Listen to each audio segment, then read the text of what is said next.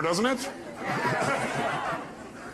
All right, so let's get to it this morning. First of all, if you don't have a notebook, raise your hand. If you don't have something to write on, great. Find a human nearby, because today what we're going to share with you is probably worth writing down.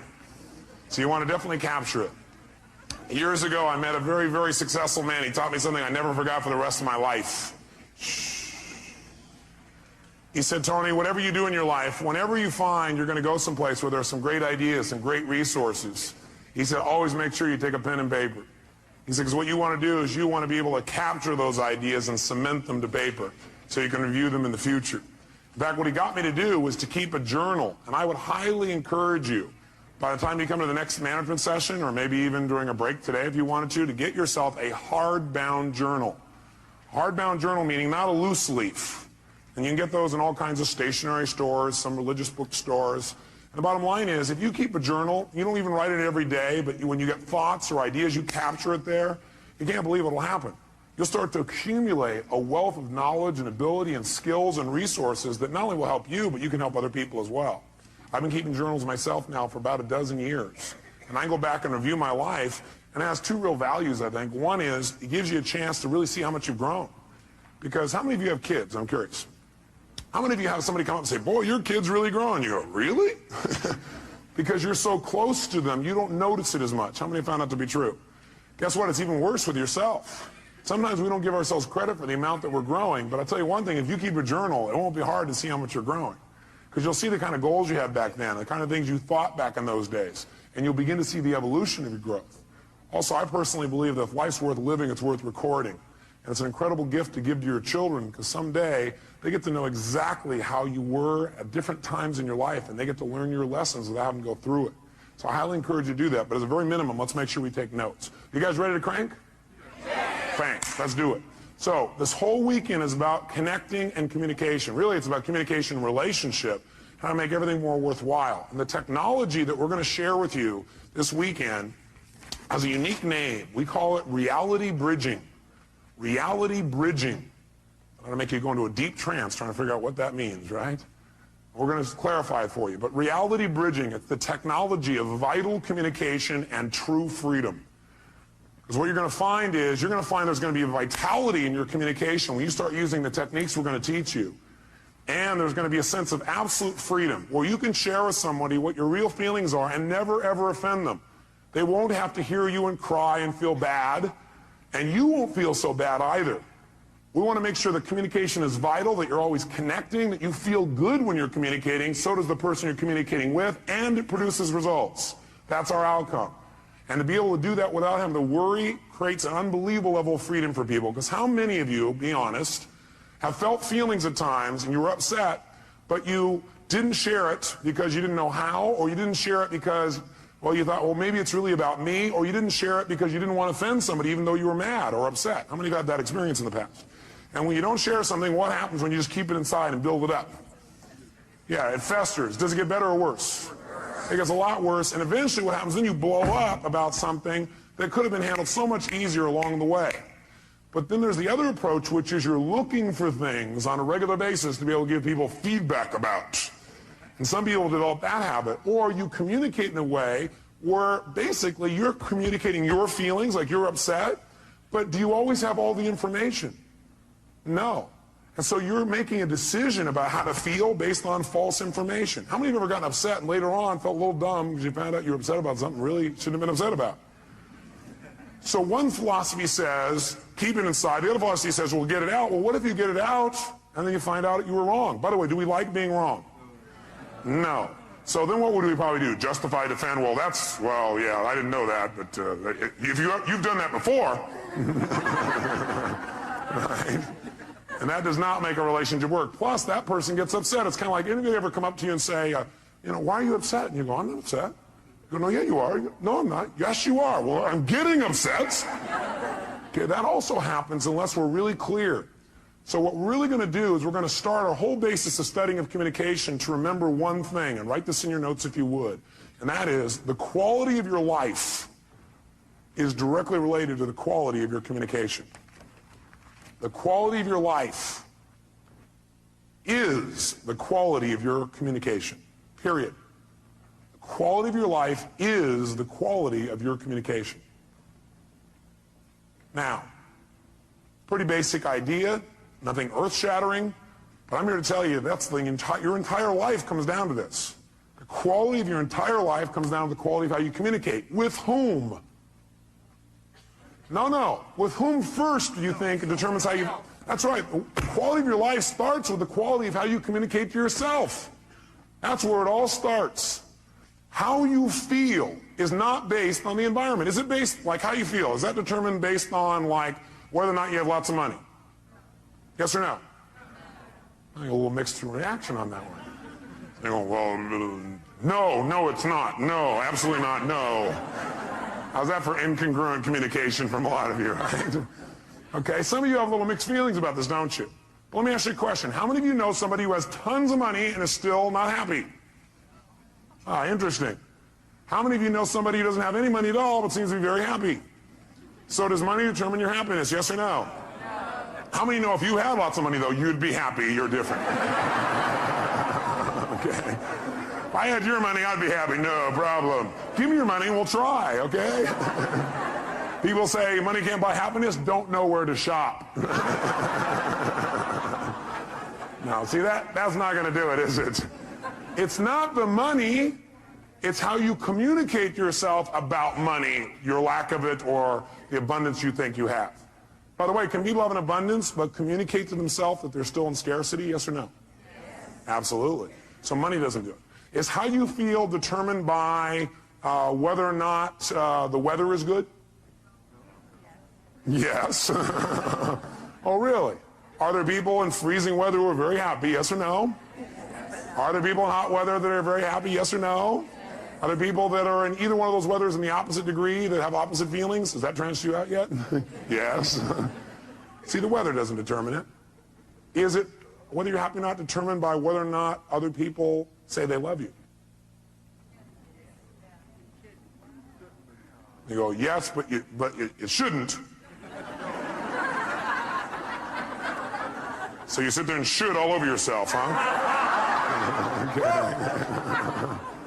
Okay. You're right, it probably shouldn't, but a lot of us connect that real directly. But I got a question for you. Somebody comes up to you and they tell you, I love you. Or they come up and they hug you. Or they look at you that certain special way.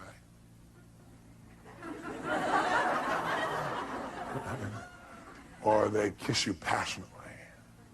And you have these feelings inside. You begin to come to attention, gentlemen.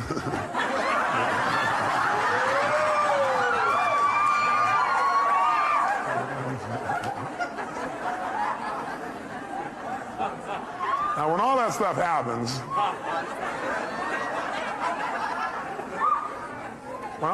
happens, my question for you is, wait, what made all that happen?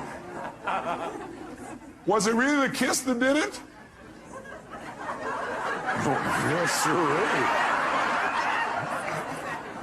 No, I don't think so. If that's true, kissing your dog would get you excited. It wasn't a kiss. It was the meaning you associated to that particular moment when tissue touched tissue in that unique way. That's really it, isn't it? It isn't actually... Yes!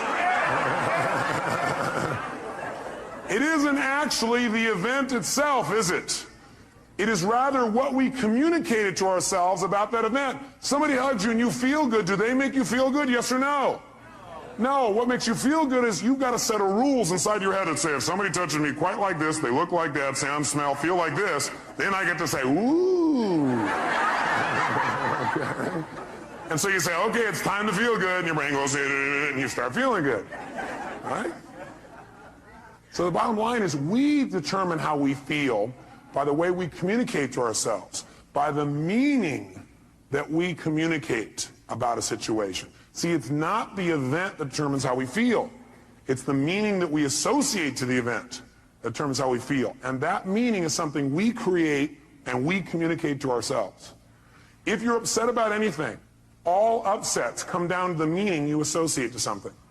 You're upset about something, it's because you're thinking, well, that's because this means they don't care about me, or this means I'm no longer in control, or this means I'm not respected, or this means. All upset is based on a meaning. And how many times have you been wrong when you linked up the meaning? Anybody been wrong, yes or no? Yes, this means yes, I'll guide you through this, okay? We've all been wrong. So what we've got to really be able to do is to realize one thing, and write it in your notes. Nothing in life has any meaning except the meaning that I give it. Nothing in life has any meaning except the meaning that I give it.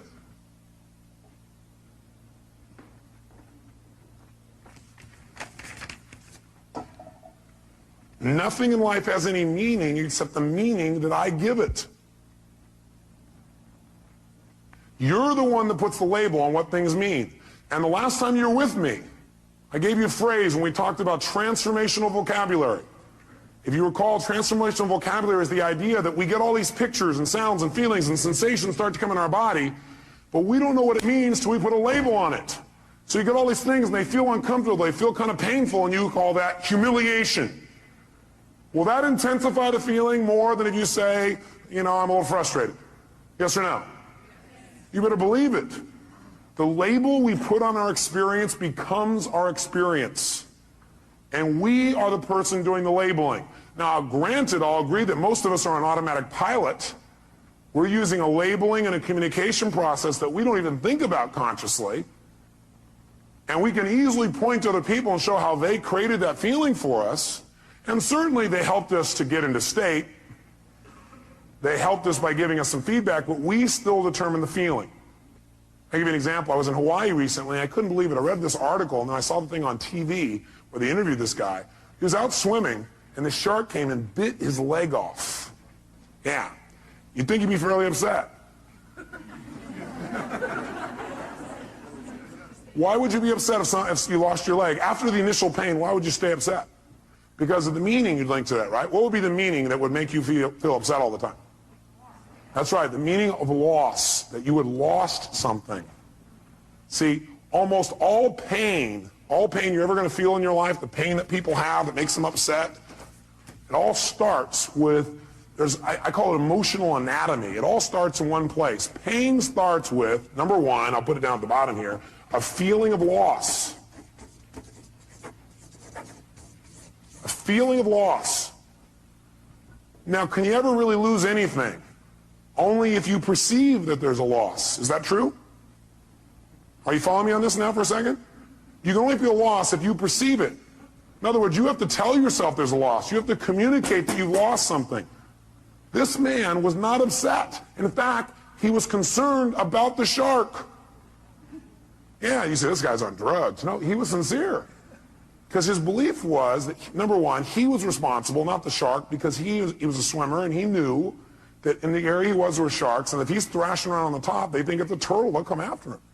But his concern was that people were so upset about it that people were going to go out and rage and kill the sharks in that area. How's that for sorting by others instead of sorting by self? So the meaning for him was, this was a learning experience. That's what it meant to him. For other people, it would mean, I'm maimed for life. With a different meaning that he communicated. If he would have said, I'm maimed for life, I'll never be the same.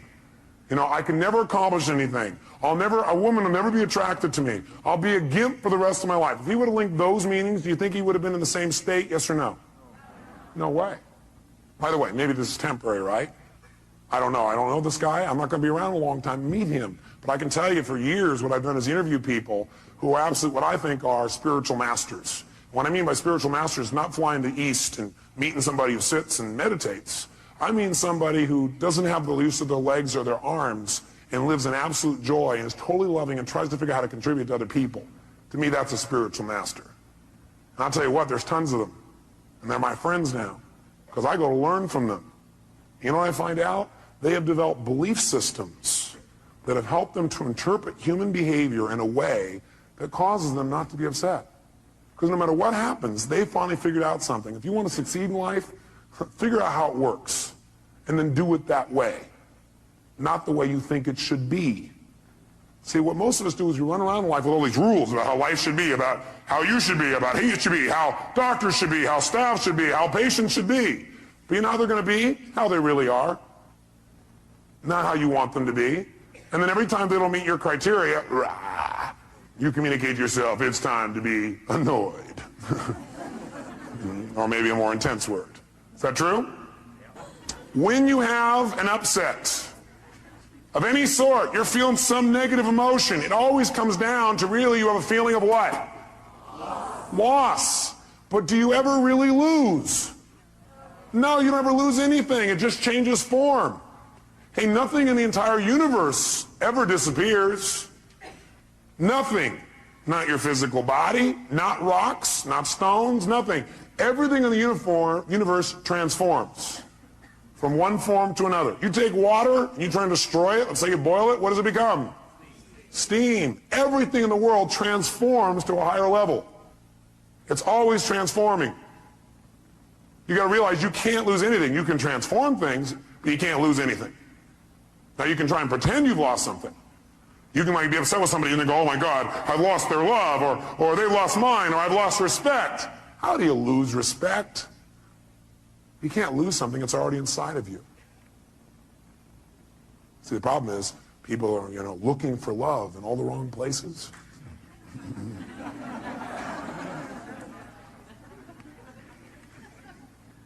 Love is not something you have to go looking for when it's where you come from. A friend of mine said that, Michael Hadley. I thought, wow, what a great thing to remember. Love is not something you have to go looking for when it's where you come from. So you can't lose something. Everything you thought you'd lose is already inside of you. See, if you won't feel respect, it's because you aren't choosing to focus on being respected. You're not communicating to yourself you should be respected. What if I said something to you? And I said it in a way that made you feel disrespected. It made you feel disrespected, or you took what I said, managed to interpret it, represent to yourself, and communicate to yourself that my saying it in that tone of voice means I don't respect you, therefore you can't have these feelings. Does that make any sense? No. Do we do it all the time? Yes. Do we want to continue to do it? No. Okay? We want to change that. You can't ever lose anything. Now you can perceive you've lost something. And by the way, do some people who've not lost a limb, not lost their eyesight, not lost anything, feel like they've lost over little stupid things, yes or no? Some people feel lost about something they never even had in the first place.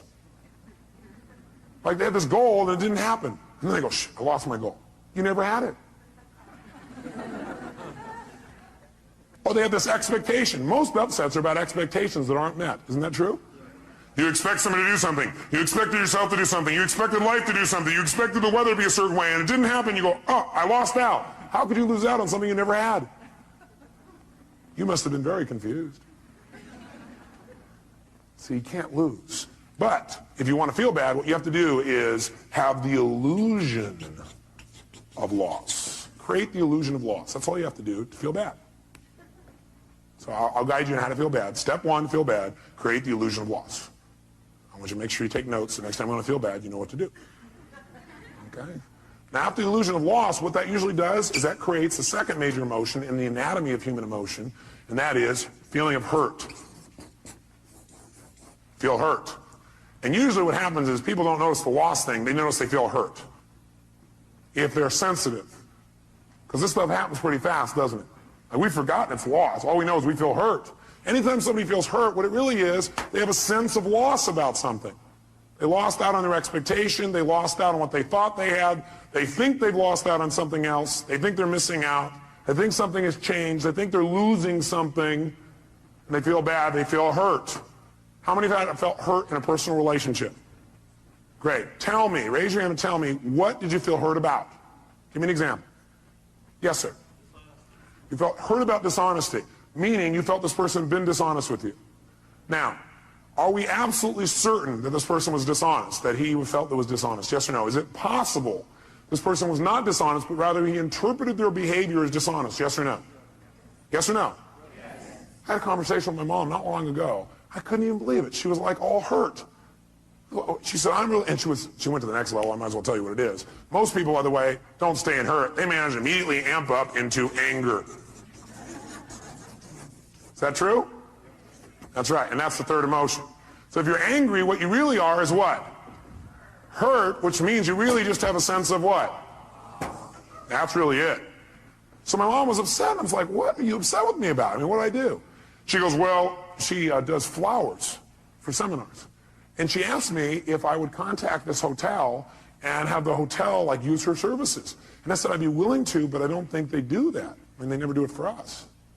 Well, she talked to somebody else, and that somebody else told her that the hotel does it all the time, and they contract with somebody else, so your son must not really care about you.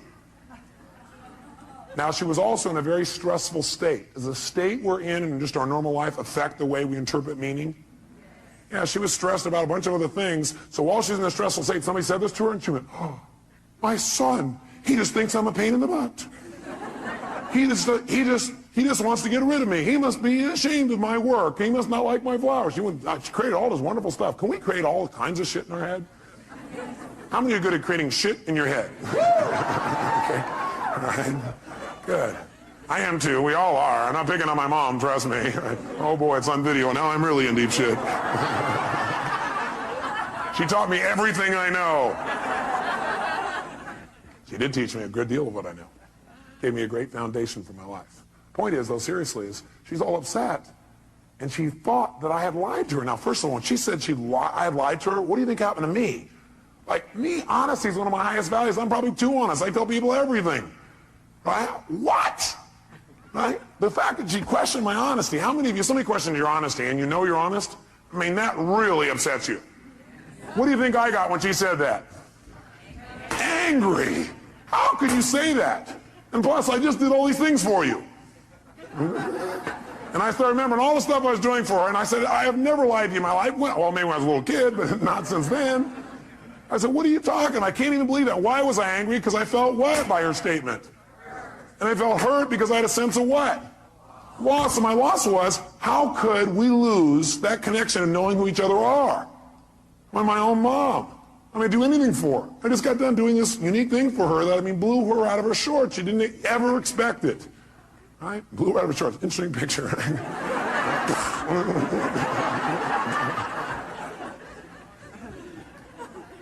And so, you know, what happened, though, is I realized that if I responded to her in a state of anger, will that probably work?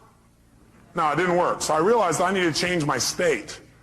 And I asked myself a question that helped me a lot. The question I ask is, what's probably going on with her that makes her treat me this way, or treat people this way, or respond this way? Instead of, how dare she? Why? How can she treat me this way after I've done so much for her? Which would do what? Make you more what? Upset. Different question I asked, I wonder what's going on with her that's making her respond this way? I wonder what she's stressed about. And I asked her, and she told me, she apologized, and just dropped right away. I'm here to tell you a belief I want you to remember for the rest of your life, that if all you do is remember this out of the whole weekend and really remember it at the right times, it'll change the way you communicate with other human beings. And the belief is this: then in any communication with another human being where you get a response from someone, in any communication with another human being and you get a response from someone, that response is either a loving response or a cry for help.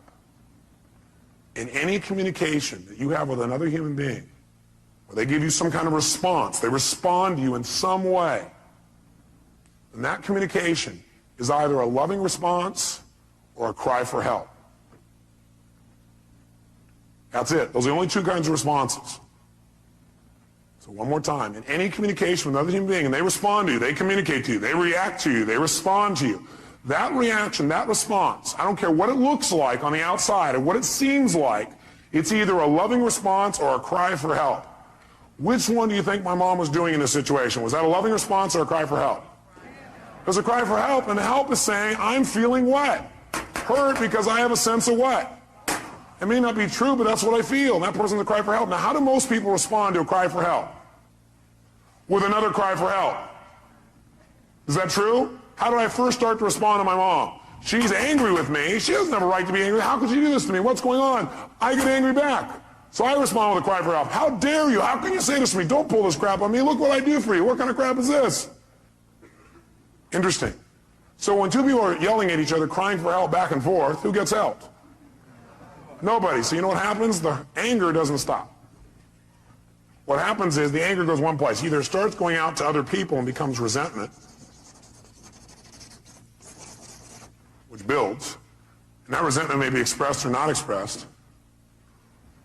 Usually resentment is expressed non-verbally to other people, and some people do it by taking their resentment and they express it by what they call confrontation, and they actually feel good about it. They say, I'm not one of those people who keeps it inside. I confront people, little bastards. That'll really build a quality communication, won't it? I confront, I don't keep it inside. I'll tell you what's wrong. Yesterday, when you did this and this and this, made me feel this way. I request in the future you change. Everybody try this. You know what? That doesn't work. It can work. Anything can work. The tone of voice you use is going to play a bigger role than what you say. How many would agree? Your facial expression is going to play a bigger role than what you say. How many agree? And somebody else can sit there and listen to you and say, yes, I'll abide by your request, but inside they're going, oh. Okay, that's not communication. That's not quality communication. We want to change and enhance our format. The other thing we can do is when we feel anger, instead of resenting and confronting, we can just keep it inside. If we keep it inside, usually what it becomes is depression. People are depressed, they don't even know why. The reason people are depressed, they feel like they're not in control. Like things are happening they're not in control of. They're not able to communicate and get control of their life. And a lot of times depression is directly related to the fact they've kept this anger inside and these upsets, and they haven't expressed them, they become depressed. How many can relate to this? Not in you, but other people you've seen in real life. I thought so. So the bottom line is, what we've got to do when somebody responds to us with a cry for help is give them what kind of a response? Which of the two responses should we give somebody when they give us a cry for help? A loving response. Is that always easy to do? No. What it requires is you to remember that no matter what it looks like, they're just really crying for help. Somebody's angry. How dare you do this to me? You go, how dare you do this to me? You guys are crying at each other.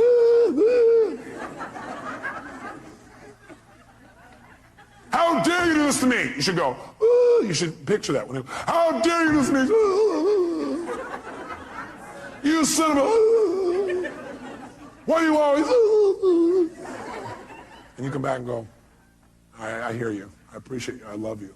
That's not my intent. How can we make this work? I'm willing to make it work. Thanks for sharing your real feelings with me. Let's do it. What do we need to do to make it work? How can we make you feel better? Because I'm committed to that. Well, you're there. I know. How can I make you feel better? How can I make you feel better?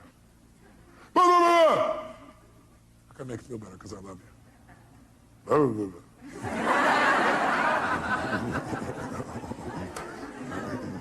How can I make you feel better? I'm willing to do it. What is it going to take? How can I feel it? What will it take? Let's do it right now.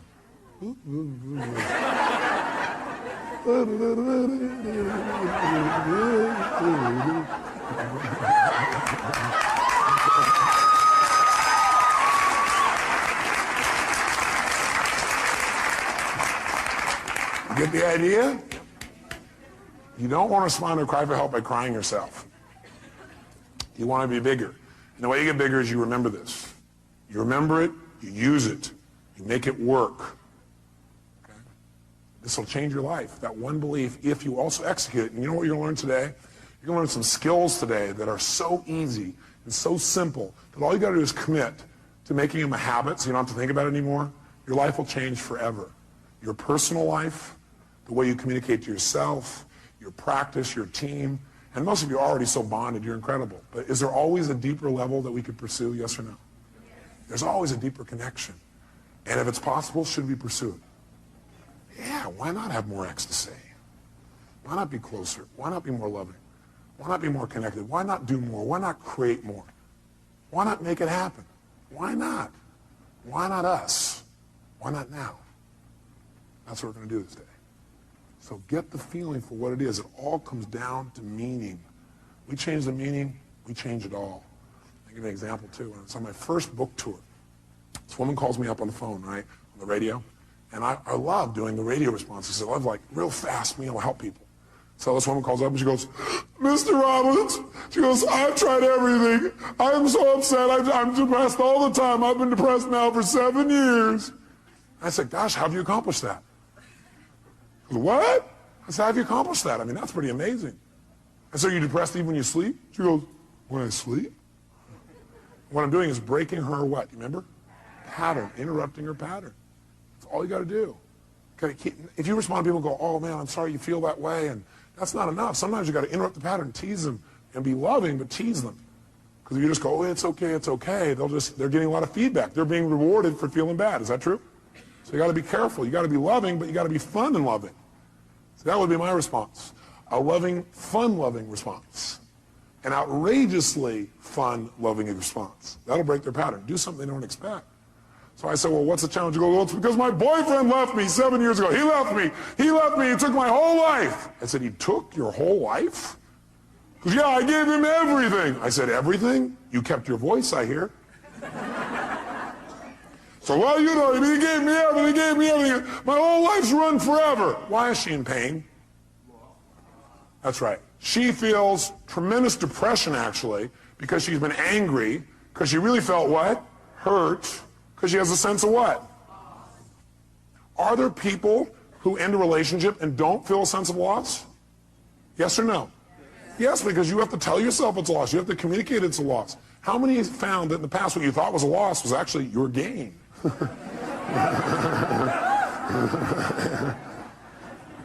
But when you thought it was a loss, how did you feel?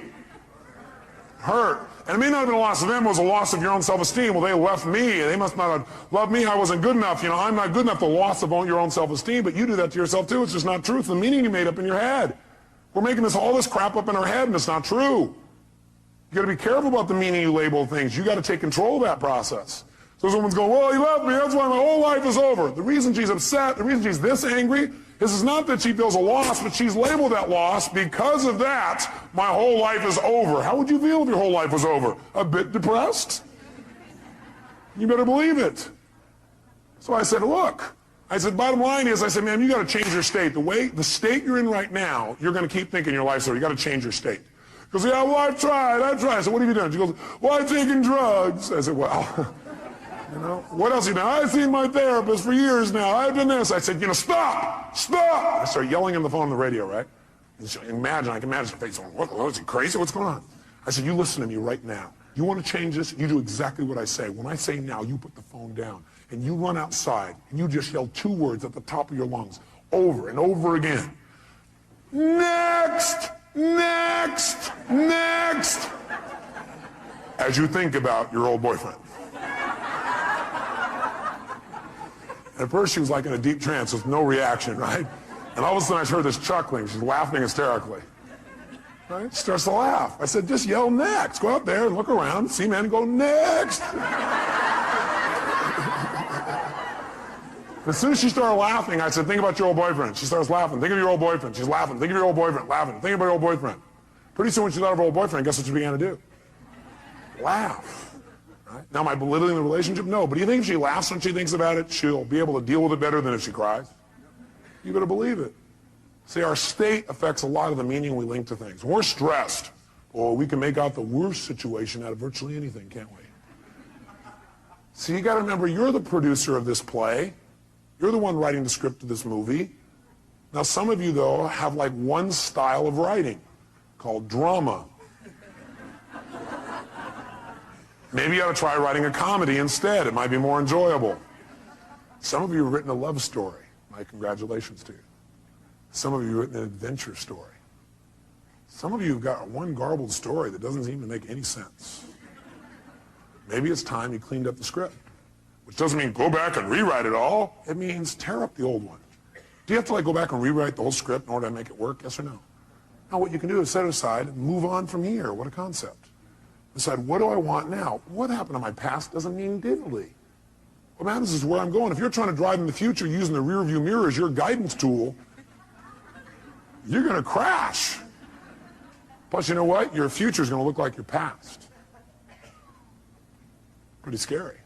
Maybe I'd just let go of the past, tear up that script. You don't have to keep playing that same play. Write a new one now. Don't tell me, yeah, but look at the script I've been using all my life. Who gives a shit?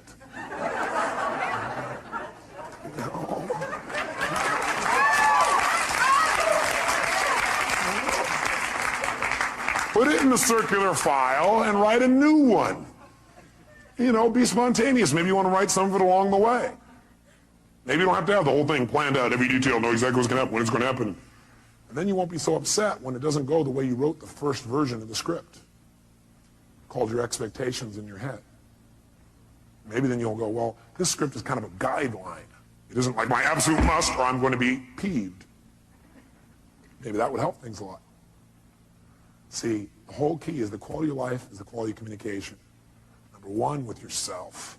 Because nothing has any meaning except the meaning you give it. And the meaning you give it is going to determine how you feel. How you feel is going to determine what you do, and what you do is going to shape your destiny. See, if I interpret this means this person doesn't love me, then now all of a sudden I'm going to feel lousy about it, and I'm going to do things either verbally or non-verbally to get back maybe. Or, at the very worst, I'll withhold my emotions because I don't want to be hurt again. And does that withholding make my relationship better, yes or no? No, and now all of a sudden we start to drift apart. And now I start doing things that will change my destiny and separate me from somebody I really love and somebody who really loves me, all because I made up a bunch of crap in my head. Nothing has any meaning except the meaning you give it, bottom line. And so if we want to change our lives, we really want to make things work, make sure I remember this, write it in your note. It's not the event, it's what we do with it that determines the quality of your life. It's not the event, it's what you do with it that determines the quality of your life. And what we do with it is what we do with it inside of our head. It's not the event. It's what we do with the event that determines the quality of our life. What do we do with it inside of our head? We can take things that destroy other people and cause them to make us better. This whole seminar today you're going to go through is a result of me having an event that was not pleasurable last night. Especially since I was exhausted, I had no sleep. That also amplified my feelings about the situation. And then what happened was I asked myself a question. How can I use this? What's great about this? I was not feeling it was great. How can I use this? What's great about this? My brain started saying what's great about this is it means what we tried to do before this wasn't making sense. We almost had it, but it wasn't quite there. So what's great about this, I found that out because I want to share with you the best. What's great about it is I can use this intense emotion to see what really will work in the most intense feelings I've got. Wow, what a great deal. See, it's not the event, it's what you do with it. And remember, the meaning you associate or assign to something, the meaning you associate, in parentheses, or assign to something, determines how you feel and what you do. So the meaning you associate or that you assign to something determines how you feel and what you do throughout your life. Determines how you feel and what you do throughout your life. Bless you. The problem is, are you communicating to yourself in a way that's empowering or disempowering? And what would you say a good deal of time it is, probably, if you're not totally happy? Disempowering. So the problem is not the event. The problem is the meaning that you're associating to things that's affecting your actions throughout your whole life, determining your destiny, is probably disempowering a good deal of the time. If you're not happy. If you're happy, you're probably assigning a lot of empowering meanings, aren't you? You've come up with some core beliefs, some ways of looking at the world that really help you. Help you to evaluate things in a way where you're really in charge, or you're not in reaction. So if we want to really take control then, we got to remember what I've already said. Nothing in life has any meaning except the meaning that we give it. So for example, the doctor raises his voice, says, please give me this. Or maybe he doesn't say please, he says, get me this. He doesn't say the word please. What does that mean? Scumbag doctor, that's what it means. It means he doesn't respect you, right? It means he doesn't care about you, right? Isn't that what it means? If you're upset, that's what the meaning you've attached to it is. How many would agree? What else could it mean?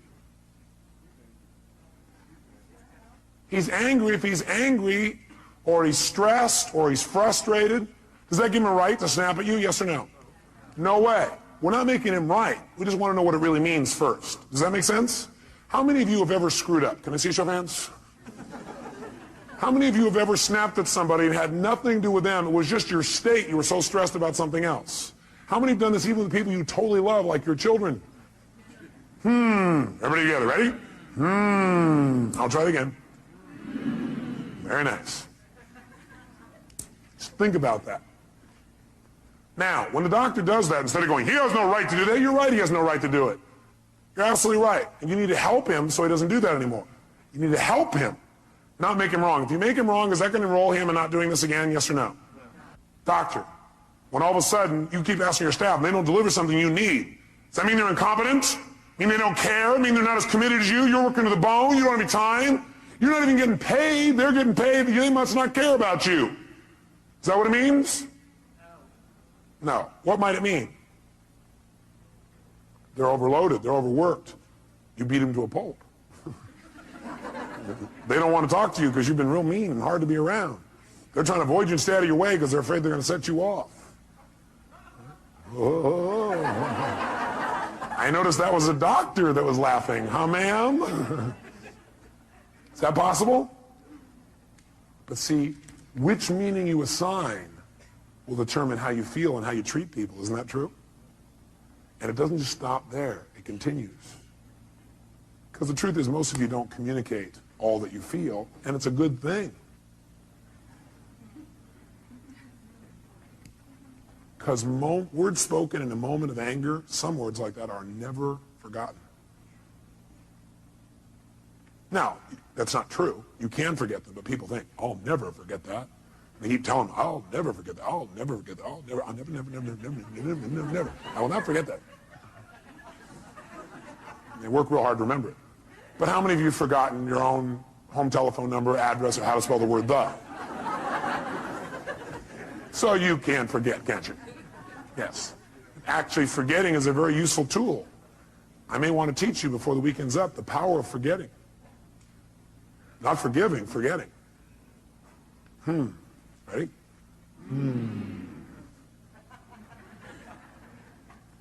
Is it sometimes useful to forget? Especially if what you're forgetting is only your perception.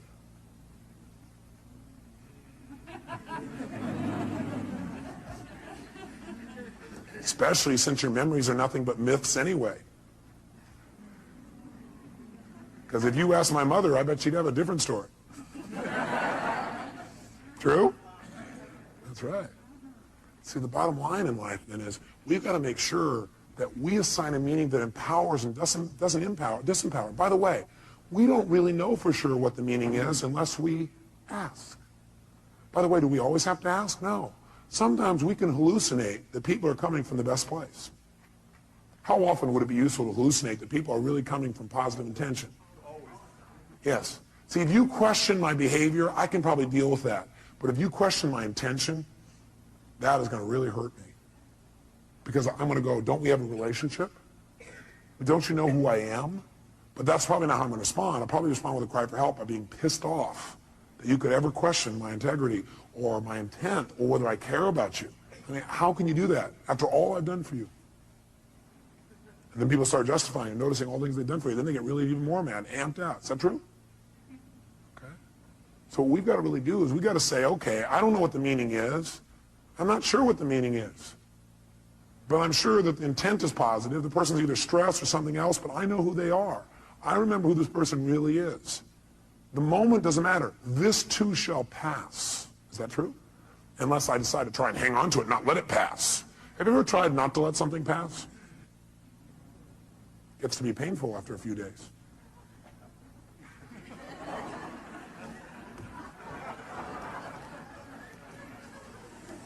You come home. You caught that one, huh? That's good. That's right. You come home and your spouse is watching TV again. They're reading the newspaper again. They didn't say they loved you again. What does that mean? Scumbag, that's what it means. Divorce. They don't care. They don't love me. They're not attracted to me anymore. Can't imagine why they wouldn't be attracted to you when you're in this personality.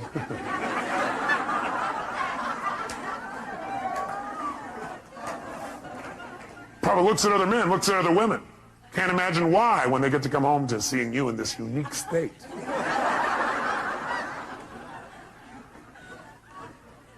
Because they don't have very good taste, that's why. They don't know what they've got. Maybe they know what they've got. Maybe that's why they're looking.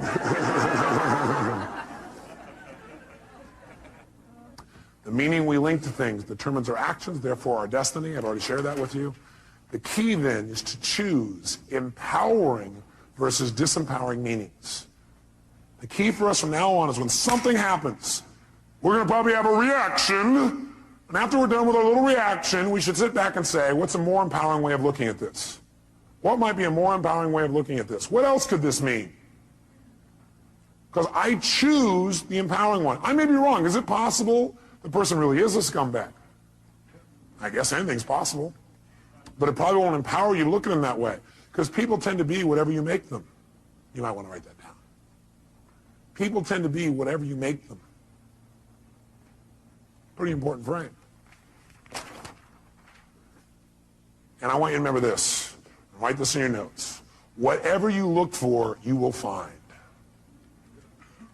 Whatever you look for, you will find.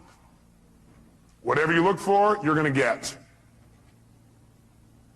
And by the way we look for things is we ask questions about people, about our life, about ourselves. That's how you look for things. The way you direct what you focus on is ask a question. Very quickly, look around this room as fast as you can. I want you to notice everything in this room that's brown. Quick, everything that's brown, brown. Clothing, people's hair, floors, anything brown, brown, brown. Only brown, brown, brown, brown, brown, brown, brown. Close your eyes. With your eyes closed now, tell me everything in this room that's red. Raise your hand if you see a lot more brown in your head than you see red. Raise your hand. Open your eyes. Look for red now. See everything you see in this room that's red. Red, red, red. Anywhere you can see it. Clothing, people. Anywhere you see red, red, red, red, red. Look around. Red, red, red. How many see a lot more red now? Raise your hand. Guess what? You get what you look for. And I got you look for it by asking a question. That's also how you get yourself to look for things, by asking a question. Like, what's wrong with this person? And you know what? If you look, you'll find what's wrong. There's wrong. Look, there's what's wrong with them. Why are they such a scumbag? You say, okay, why? All right, here's one reason, here's another, here's another. How come I can never succeed? Well, let's see here. You look inside, you say, oh, yeah, these suspenders aren't the right level. Yeah, this here, yeah, my childhood, yeah, I got all the reasons. We get what we look for. Can you find somebody who's horrible, and could you find something good in them if you look for it? Yes or no? Yeah, because you're the one that determines whether it's good or not anyway. Isn't that true? Could you find something good in Saddam Hussein if you wanted to? I'm not saying we should. Right? If you wanted to, could you? Do certain people think he's good? Yeah. People say, hey, he's gotten back our land. I don't necessarily agree. But you don't have to agree to be able to appreciate. Is there a difference? Yeah. You can appreciate somebody's view even if you don't agree with it. You can appreciate that for them that's true. You can appreciate that they have a different reality than you have about something. Most of us think we all have to share the same perceived reality. Now, sure, we share the same physical reality, but physical reality is not what most of us experience. We experience a perceived reality we've made up in our head. Isn't that true? And so do you remember what the title of this technology is? Bridging realities. What we're going to want to do is build a bridge between our reality and somebody else's so that we can connect and have a relationship. We don't have to make them live in our reality. We don't have to hold our reality as though absolute. We can create a bridge. And by having that bridge, we can exchange information between our two cities, our two communities of emotion, our two communities of understanding. We can create a connection. We're no longer separate. We're connected. And we can share. We can have our own identity and feeling. We can also connect and share. There's no limit. We can do it at any moment. All we have to do is choose to cross the bridge. That's all we got to do. Bridge the reality. And we're going to show you how to do that with people for the rest of your life. It'll change your life like few things you've ever learned in your life. And it'll be so simple, it'll be a joke. But it starts with this basic philosophical understanding that the way you feel is based on the meaning you give things. You are the one giving the meaning no matter what, even though it feels like somebody else. And the question is, are you doing an empowering meaning or a disempowering meaning? And if you say, yeah, but look, I got proof. I got proof that what I'm saying is true. Do you want to be in right, or do you want to be in a relationship? Do you want to be right, or do you want to be in love? I'll write that down. Ask yourself this as a question in the future. Next time you're in an argument, ask yourself, do I want to be right or do I want to be in love? Because that's really your choice. That's really it. See, I think I told you last time I was here, I had a time a few years back where I had a unique partner who I really cared a lot about. He embezzled $250,000 and had me $758,000 in debt. I got a bit peeved by this. I got angrier than I ever remember because I felt so massively what? Hurt. And it's because I had a feeling of what? Loss. The money was part of it. The ability to not have to think about money was another part of it. An equally big part of it was I cared about this person. And they took advantage of me. I felt the loss of trust, the loss of love, the loss of connection. All that got stacked into this anger. How many would hear that? Okay. But see, the truth of the matter is, do I have every right to be able to point and show that this guy is wrong? Sure. Will that make my life better? No. What I got to do is say, how can I use this and move on? Not make him right, not make him wrong. Just go, okay. God, I wonder what would make a person do that. You know, when I finally started asking what would make a person do that, I created my entire Destiny Technologies. It probably is the most powerful set of distinctions I've made in my lifetime. Because I figured out how I could use it and what I could learn from it, instead of how come this happened to me. And I turned my finances around like 100-fold. My little company doing $4 million a year to $50 million a year. It's a fairly large jump. All because I chose to create a different meaning. The meaning is, this is a chance for me to go to the next level. The meaning is, this is a chance for me to learn and make something better than it's ever been before. Once you link that meaning, the world changes. Just remember, if you don't like the way you feel, change what things mean. Change your perception of what something means, or change your actions. That's what it takes, and you'll change the way you feel in a heartbeat. I put a little metaphor here, a couple of them for you. I just want to remind you that when you decide you can't find something also, remember I said what you look for, you'll find? When you decide you can't find something, you'll also discover you won't find it. Because whether you believe something's true or whether you believe it's not, you're right. How many have had the experience of having somebody say to you something like, can you find me the salt? And you think to yourself, hey, would you go in the cabins and get me the salt? And as you're walking there, you're thinking, I don't know what the salt is. And you walk up there, you open up, I don't know what it is. And you really do look, don't you? You really look. But you already have this belief that says, I can't find the salt. So what happens? A few minutes later, you go, it's not in here. They go, what are you talking about? It's right there on the shelf. You go, no, it's not. They walk in, they walk right beside you, reach right in front of your face and go, what is this? And what is it? How many have had this happen to you? Now, the salt wall's already there. You said, Tony, what I look for, I'll find. Yes, what you look for in earnest, you'll find. See, what you really want the answer to, you'll get. But you go, why am I so happy? But you really don't want to know the answer, you're not going to get the answer.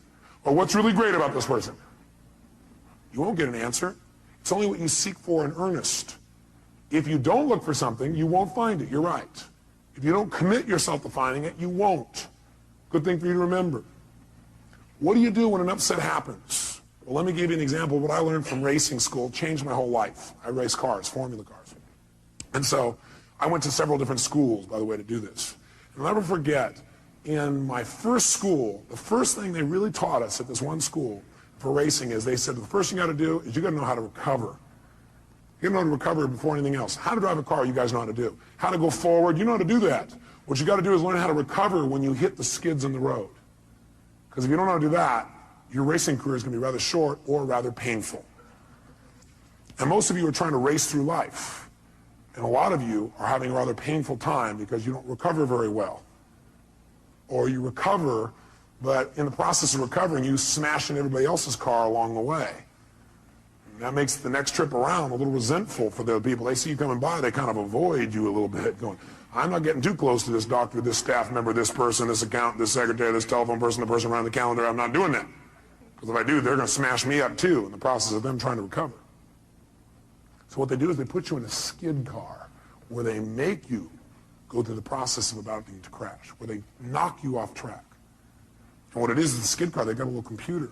They fire off this computer, and what it does, it has a little lift, and it lifts one of your wheels, and you never know which direction or when. So you're screaming around the track, screaming, and you're not doing full speed, like 140 miles an hour. They start you a little slower, like we're doing this morning. And you go about 60, 70 miles an hour. But 60, 70 miles an hour on a track is pretty intense, and you're going right for a wall, and all of a sudden, you start to skid out of control. And what they tell you in advance is that what you got to do is when you start to skid out of control, there's only one key. Look where you want to go. Focus on where you want to go. Do not focus on what you're afraid of. Now, what do people do in life? We focus on what we fear, and we get more of whatever we focus on. That's what they tell you there. They say, look, whatever you focus on, that's where you're going to go. Whatever you focus on, you're going to get more of. If you focus on the wall, you're going to get a lot of wall. Real fast, you're going to crash. What you immediately got to do is focus on what you want. Not where you think you're going, not where you think you are. If you're not where you want to be, if you're not where you're wanting to go, focus on where you want to go. Immediately, don't hesitate. They said, now what you're going to have to do is when you do this, it won't feel like it's working at first because you'll still feel like you're going into the wall. Because what happens, you have so much momentum in that direction that even when you focus on where you want to go, there'll still be a little bit of momentum in that direction and there'll be a little bit of a lag time before the car turns. So don't, because you don't seem to be turning, turn back and look, because you do, you're going to go right there and crash. Keep there. You have to use that F word. What is it? Faith. So what happens is you turn, you're going in, and what do most people do? First of all, most people don't even turn. What did I do the first time? I'm screaming along, all of a sudden I start going to control, I go, ah! I'm looking at the wall. My instructor last minute saves my life by grabbing my head and going, and pulling my head physically in the direction I should be looking, which is directly 90 degrees opposite of where I was going, right? I'm heading for the wall. That's where I need to look. So we're all about to crash, and he goes like this, and he's pulling my head over here, and all of a sudden I'm going, oh, and I want to look back, oh, when are we going to do it? And the last second it turned away. And I went, oh my God, my heart's beating out of me. I said, maybe I should try a different sport. I thought, now this is a good metaphor for life, so let me do it again. So I go out there, and you never know when they're going to do it. You're going. And all of a sudden I'm starting to love racing again, racing. All of a sudden, I started to go, and you know what I did? Boom. I pulled my head. I'm like pulling my head in this direction because I keep wanting to go this way and look at what it is, pulling, and I'm waiting, and sure enough, the car turns just in time. And after a while, you know what you do? Something happens, you notice what it is, you don't stare at what it is, you don't figure out what it is, you don't go, that's a wall. Smacking that, what will it be like to smack that? Ooh, if I smack that, my body will go here, my head will go there. No, what happens is, you see the wall, you know what it is, you only acknowledge the problem long enough to know what it is, and then move on. Know what it is, boom, focus on where I want to go. The minute I can identify what it is, and that's not where I want to go, boom, so I'm heading for it, boom, in the car, and it's like, now you just, boom, you get off it so fast. Focus on what you want, and you'll get more of it. Focus on what you fear, and you'll get more of that. Focus on what you want, and you'll get more of it. Focus on what you fear, and you'll get more of that. Bottom line is, almost everybody in life focuses on what they fear, and that's why they get more of what they don't want. Right? Well, yeah, but what if this happens? What if that happens? If you keep asking, what if this happens, what if that happens, I guarantee you're going to crash. It's only a matter of time. Instead, you got to say, well, what if this happens? What I want. What will happen when I make this happen, what I want? And the more you focus on that, the more of an experience you'll have of what it is that you want in your life, and you'll get it right away. Now, here's the problem. You got to still hang on to your F. What is it? Faith. You know what faith is? Faith is understanding the seasons of life. Life comes in seasons, doesn't it? It's not always the same, but it's still predictable as a whole. How many of you are surprised when winter comes? Can I see a show of hands? No, you wouldn't be surprised. You don't be surprised when winter comes. And are there emotional winters, yes or no? You better believe there are. Are there times when you try to communicate well, it doesn't work? Are there times in the office where it feels a little frigid, a little cold? And that's not just the air conditioning. What happens during a winter? You break out a fire and warm each other up. See, some people freeze to death in the winter. Other people ski. The meaning of winter is whatever you do with it. Isn't that true? There's nothing wrong with winter. What if it was always summer? You go, oh, that'd be great. Oh, yeah? I think you get bored with summer. Plus, you probably get burned. Now, some people get burned in the summer. Some people get tan. Some people swim. Some people go on vacation. Springtime's a great time, too. You get to plant. Fall, you get to reap. You know what happens to some people in life? What some people do is they say, okay, I'm doing what you said, Robbins. I turn, I focus, but it's not working. You're still in lag time. God's delays are not God's denials. God's delays are not God's denials. You're in lag time. It'll catch up. Hey, look, you think it's fall, we're still in winter. Or you think it's fall and you're in spring, or you've made it to summer, but we're not to fall yet. Don't be so darn impatient. Take on a new prayer. Lord, give me patience and give it to me right now. Be equally intelligent. It's like some people think, okay, I know what I want. I want this seed to be a plant. They stick it in the soil. Then they come back the next day and they go, where's my plant? The soil goes, are you new? That's not how it works. You plant it here, okay? You come back every day and take care of it, right? You make it through the whole spring. Then during summer when it's hot, you got to really, really take care of it because it gets even worse during that time. And you make it through all those seasons. In the fall, maybe, more than likely, not always, but most of the time, you will have a plant here. That's how it works. You go, but that's not fair. Best of life is how it is, not how you think it should be. Because if you're coming back each day, the plant will see you come and start laughing, you know, giggling. Look at this guy. What's the matter with him? Why don't I have it yet? Lag time, that's why. Don't make yourself wrong because you're doing the right things and you don't see the results yet. It takes time. Most people completely overestimate what can be done in a year and underestimate what can be done in a decade. I can tell you my own career, my own life, my business life, I gave my heart and soul every day, 276 seminars a year. Going morning, noon, and night, giving my all. Anybody knows me will tell you, all my all, every day, no matter what. And you know what? I was broke. I was frustrated outside in terms of the business. Nothing was working. And I kept, asking myself a great question, like, why am I screwing this up so much? It wasn't me screwing up. It's lag time. I had to make distinctions. I had to build something. It takes time. But then the other day, I got a little reality check, which we're going to teach you today. My reality check is I'm flying up to Los Angeles to do my seminar up there in my helicopter, my jet helicopter. It's a tough life, but somebody has to live it. So I don't have to drive for 3 hours. I jump in my helicopter. I'm there in 35 minutes. And plus, I go down and dive down by the dolphins in the water and lift back up and play. It's like having your own roller coaster. And I'm flying over this area where I used to work in Glendale, California. I worked there as a janitor. I drove my 1960 Volkswagen that literally broke down on the freeway one day because the wheel fell off. I worked in the middle of the night so I could still go to school, and I got paid $5 an hour, but as a janitor, they figured out how many hours it should take, so I did half the time, did a better job. Because I learned if you give more value, you get to earn more. Good thing for me to remember. But all of a sudden, I flew over the bank, and I stopped. Because see, in a helicopter, you can stop. Like an elevator, just boom, right there. And I just hovered above where I used to work. And I thought, that was 12 years ago. Wow. Wow. For 4 or 5 years after that, I never thought I could have ever had what I wanted. But see, the world moves for those who just never give up.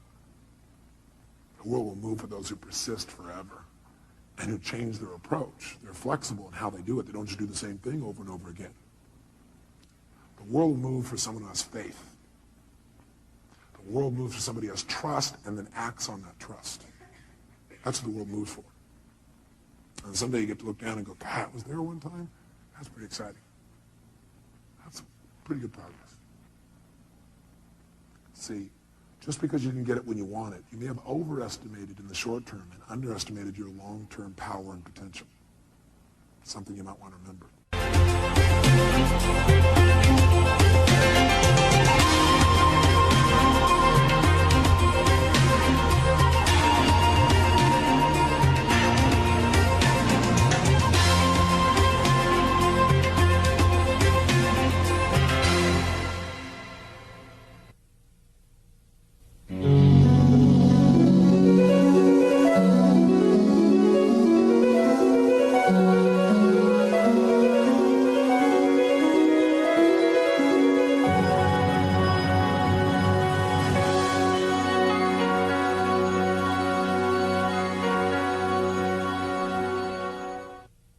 We mentioned something earlier, but I want to make sure you put it in your notes.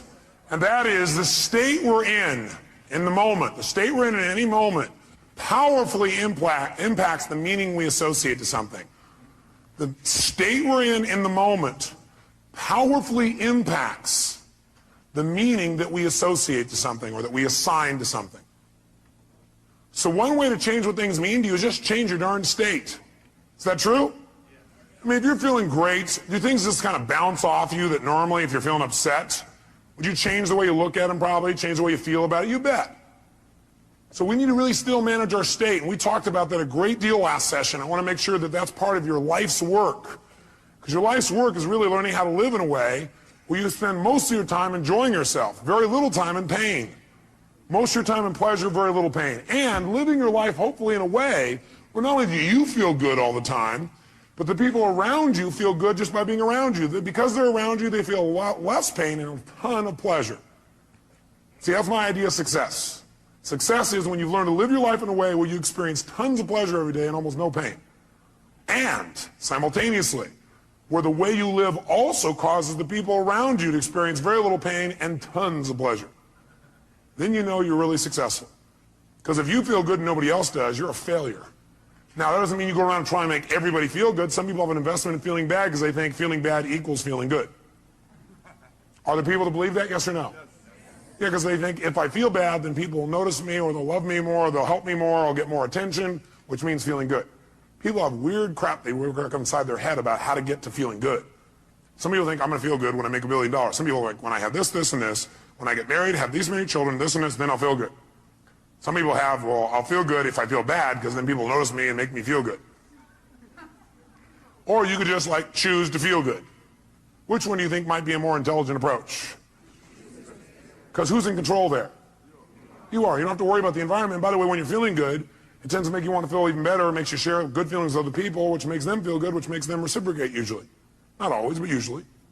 Kind of nice. So the bottom line is we got to manage our state still. And as a reminder, as far as that's concerned, changing state means change the meaning. And the way you can do it is either by changing your what? Anybody remember from last session? Change your what? Change your what? Change your physiology. Physiology, again, means the way you move, the way you breathe, your facial expressions, your gestures. The way you use your body determines the way you feel. You got to remember that for the rest of your life. If you're not feeling the way you want to feel, first thing you do is just change the way you're moving. Emotion is created by what? Motion. Emotion is created by motion. You have 50 muscles in your face. A slight change in any of these muscles will radically change the way you feel.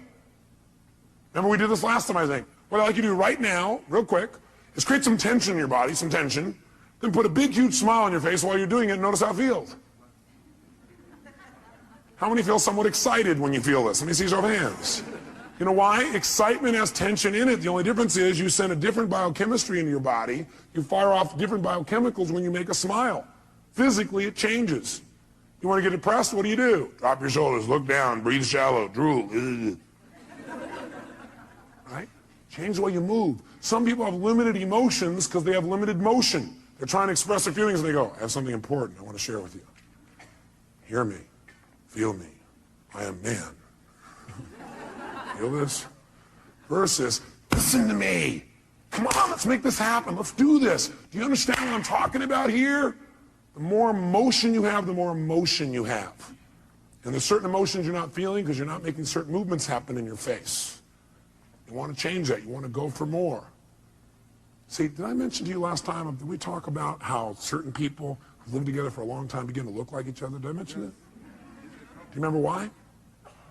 Because in order to be in rapport, we like people who are like us. So we mirror back similar facial expressions. We do it enough, we literally mold our muscles to be in that way. And we use those kinds of emotions on an ongoing basis. A lot of people look like their dog. I don't have the explanation for that one. I don't know if they're mirroring in that case, right? Maybe they're trying to pick somebody like it, right? But see, the thing we got to realize is we got to control our physiology. So throughout this day, as last time, I want you to remember to live at level 10. You remember what that means? Living at level 10 means what you got to do is ask yourself on a scale from 0 to 10, where's my level of energy? 0 is dead, 10 is unstoppable. Which level is going to allow you to get more out of this weekend? Which one? 10, without a doubt. If nothing else happens from you coming to these fortune programs, but every time you get here, you demand from yourself for 4 days to live at level 10. Do you think you might develop a little stronger emotional muscle, yes or no? And pretty soon what used to be hard to do, like demanding 10, is the way you live. It's easy. It's like you can live that way easy, no problem. And now you go home and you live at that level. Does that impact your patients, yes or no? Does that impact each other in the office, yes or no? Does it impact your home life? Does that impact those ecstasy ideas we had about the relationship at home? Yes. See, if you're level 10 every time with your personal relationship, would that enhance it, yes or no? So how do you determine whether you're at 10 or not? You decide to go there, and the way you decide to go there is you've got to ask yourself on a regular basis, where am I? See, I found the more you measure something, the better it gets. But if you don't measure it, you're not going to do well. If you set a goal on New Year's Eve, and then you check next New Year's, you're in trouble. Because you had one correction. It was at the end of the year, and it was too late. Once a month, you got a better chance. Once a week, you can really have once a day, you won't have a bad year, you won't have a bad month. The worst you have is a bad day. The more we measure, the better we get. So what we've got to do is ask ourselves, where are we on a scale from 0 to 10? Where are you right now on a scale from 0 to 10? Sit right now like you would if you were at level 10. Okay, that's clear. You weren't at 10 then, isn't it? Come on, sit the way you'd be at level 10. I mean, absolutely, totally energized, excited, having fun, being outrageous and playful. Sit the way you'd be sitting right now if you're at level 10. Come on. And oh, you're not at 10. Come on. Come on, this is not 10. Let me see 10 here. Come on, even more energy, come on. Most of you would probably have to make some noise or do something with your body to get to level 10. Come on, wake your body up. Come on, come on, come on, come on, come on. Come on, wake your body up. Come on. Come on. Come on. Now, this is level 10. Now, go to level 2. And imagine trying to learn in this pace for the next 3 days. Go back to level 10. Come on, go, go, go, go, go, go, go, go. Come on, come on, come on, come on, come on, come on, come on, come on, come on, come on.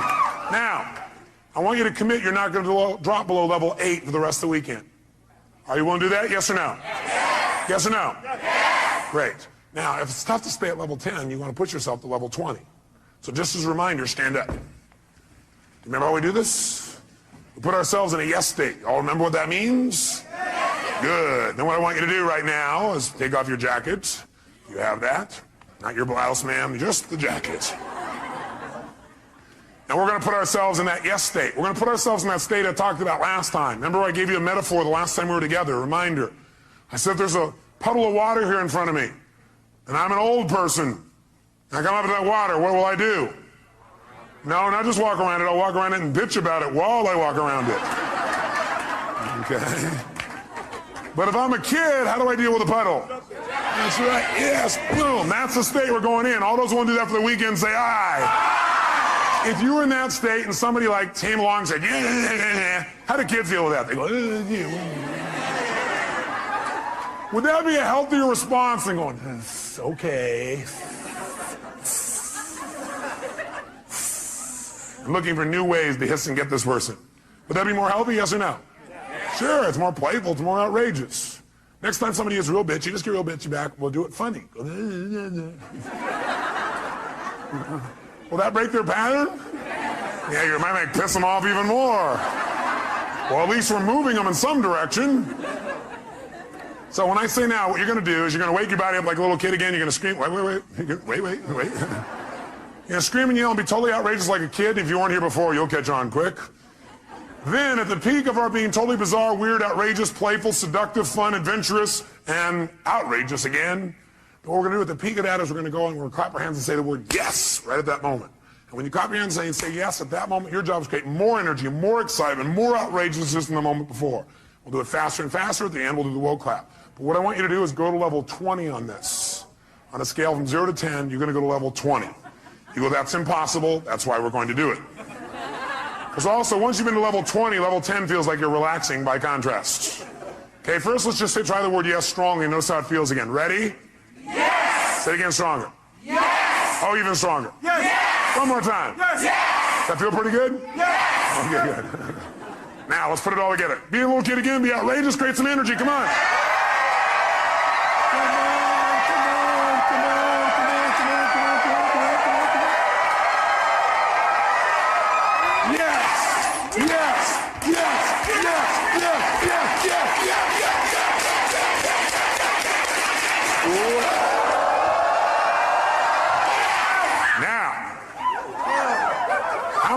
How many of you are now at level 3?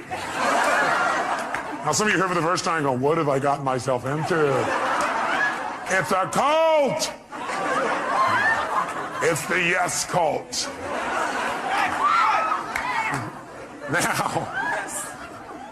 Now, how do you get a muscle? You push yourself beyond what's comfortable and you do it consistently. And that creates growth. So we're going to do it again. You go, I barely survived the first one. Let's try it again. Ready? Wake your body up. Be outrageous. Come on.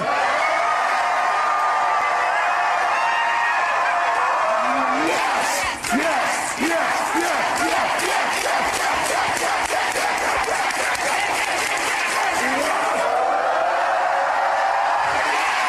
Now, in this state, If somebody had some petty upset with you, could you handle it? Great. Then get a bouncing hug from the person next to you and grab a seat.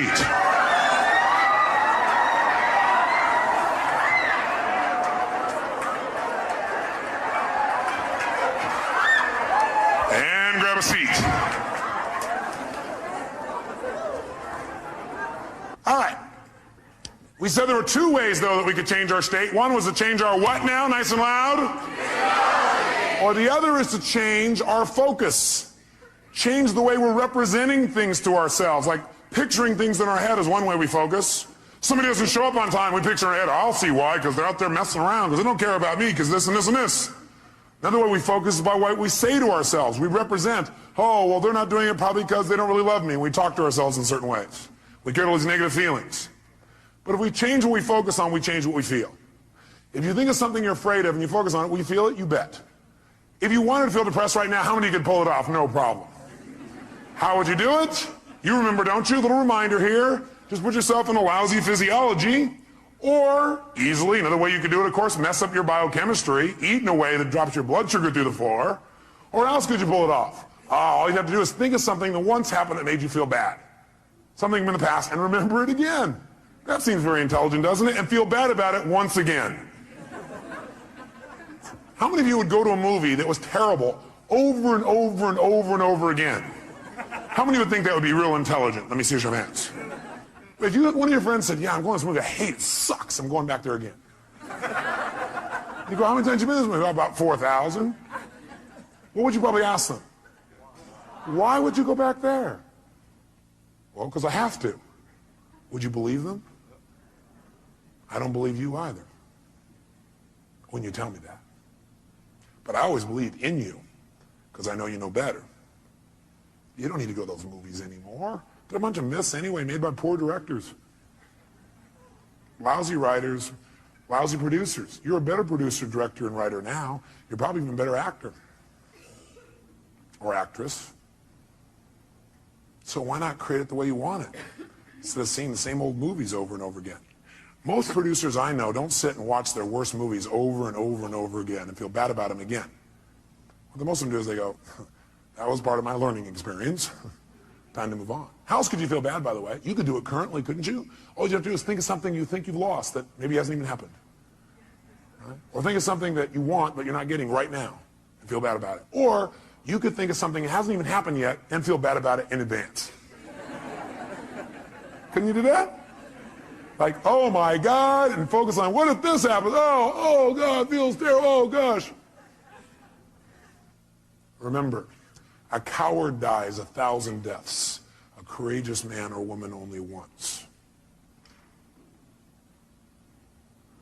Because the coward runs it through the head about 8 million times and feels like they're dying 8 billion times. If you have any faith, any courage, then if it really ever does happen, you'll just deal with it once. You feel the pain only one time instead of stacked over and over and over and over again. If you want to feel good, could you do that? Sure. Would a producer go back to some of their best movies and see them again, do you think? Yes or no?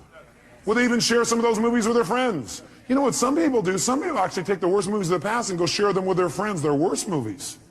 Tell them all about all the gory details of it. And the friend goes, yeah, that's really great. Yeah. But see, a real great producer director shows them their current films, shows them some examples of films that are about to come called previews. Previews are rather exciting usually. Or they show them the best films of their past and share those with them so that people get to enjoy more of their life. Maybe even learn something. Who knows? But you could remember something that once happened that was great, feel good about it. You could think of something right now that you could feel great about, or you could think of something that hasn't even happened yet and feel good about it in advance. What determines what you focus on, though, is one thing: the questions you ask yourself. The questions you ask yourself determine what you focus on in that moment. What questions you ask are usually controlled by your beliefs. Because you could ask any question, but unless you do it consciously, you'll just ask the same questions that are in alignment with your old beliefs, your old BS, belief systems. So the bottom line is we've got to ask better questions. And I will tell you the question I want you to learn to ask the next time you get upset with someone. This is the first question I would ask myself if I were you. What else could this mean? What else could this mean? I will know a person is intelligent when I say this and this happened. I started to get upset, and I thought to myself, well, what else could this mean?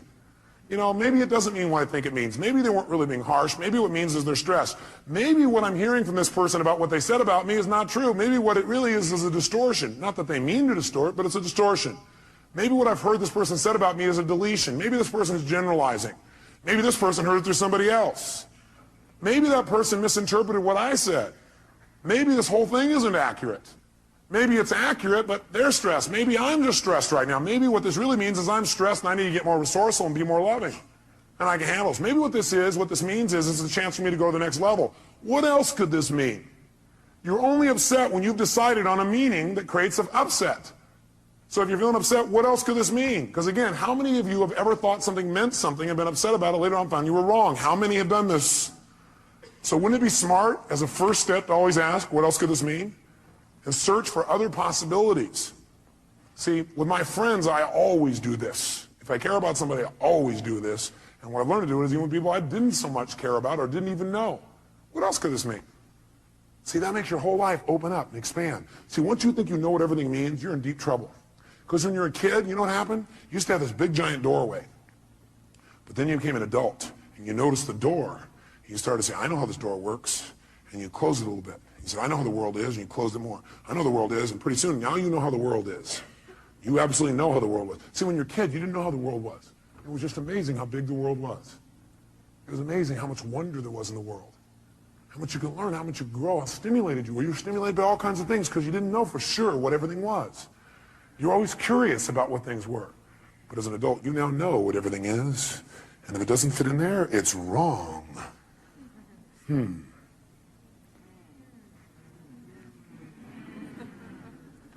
want to open our door back open by saying, well, yeah, but what else could it mean? What else could it mean? What else could it mean? What else could it mean? What else could it mean? Feel a little freer. The other question I tend to ask myself is, do I know everything there is to know about this? Do I know everything there is to know about this? Somebody says something to you, they're really upset with you, or somebody raises their voice. That means they hate me. What else could it mean? Well, it could mean they're stressed. Could mean they don't understand. Could mean they don't even realize they're yelling. Could mean that they need some support. Could mean what I know it means, it's a cry for help. Could mean that I'm oversensitive right now. Could mean that I react to voice tonality instead of real feelings. Could mean nothing. Could just be something that came and went. Do I know everything there is to know about this? No, I don't know everything there is to know about this. I mean, there's all kinds of things that could be going on. I don't know. Opens your world again.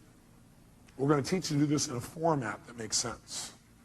Now, the thing that happens, though, if we want to be able to really take control of our meaning is we got to pay attention to our emotions. So in your notes, write down emotions. Under emotions, in fact, you might want to write the word negative emotions. Negative emotions. Negative emotions. And then as soon as you write it down, cross it out.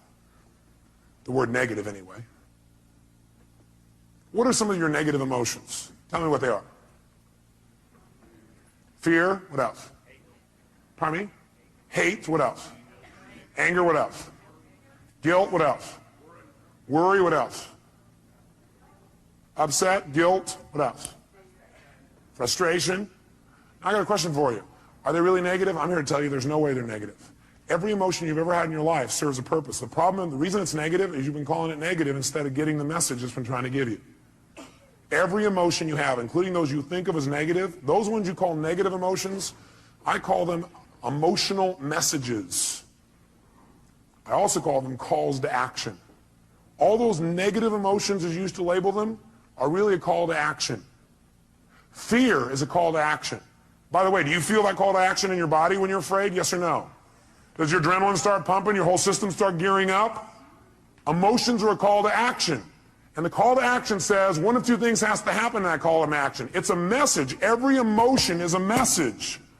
A call to action. And the action and the message it's trying to give you is that you need to change either, number one, your perception of this, or number two, your current actions. Every negative emotion you've ever felt is not negative. Now, you may be overusing them, I'll agree with you. You may be indulging in them, I agree with you. You may not be getting the message from them. What's making it negative is you're not getting the message it's trying to give you.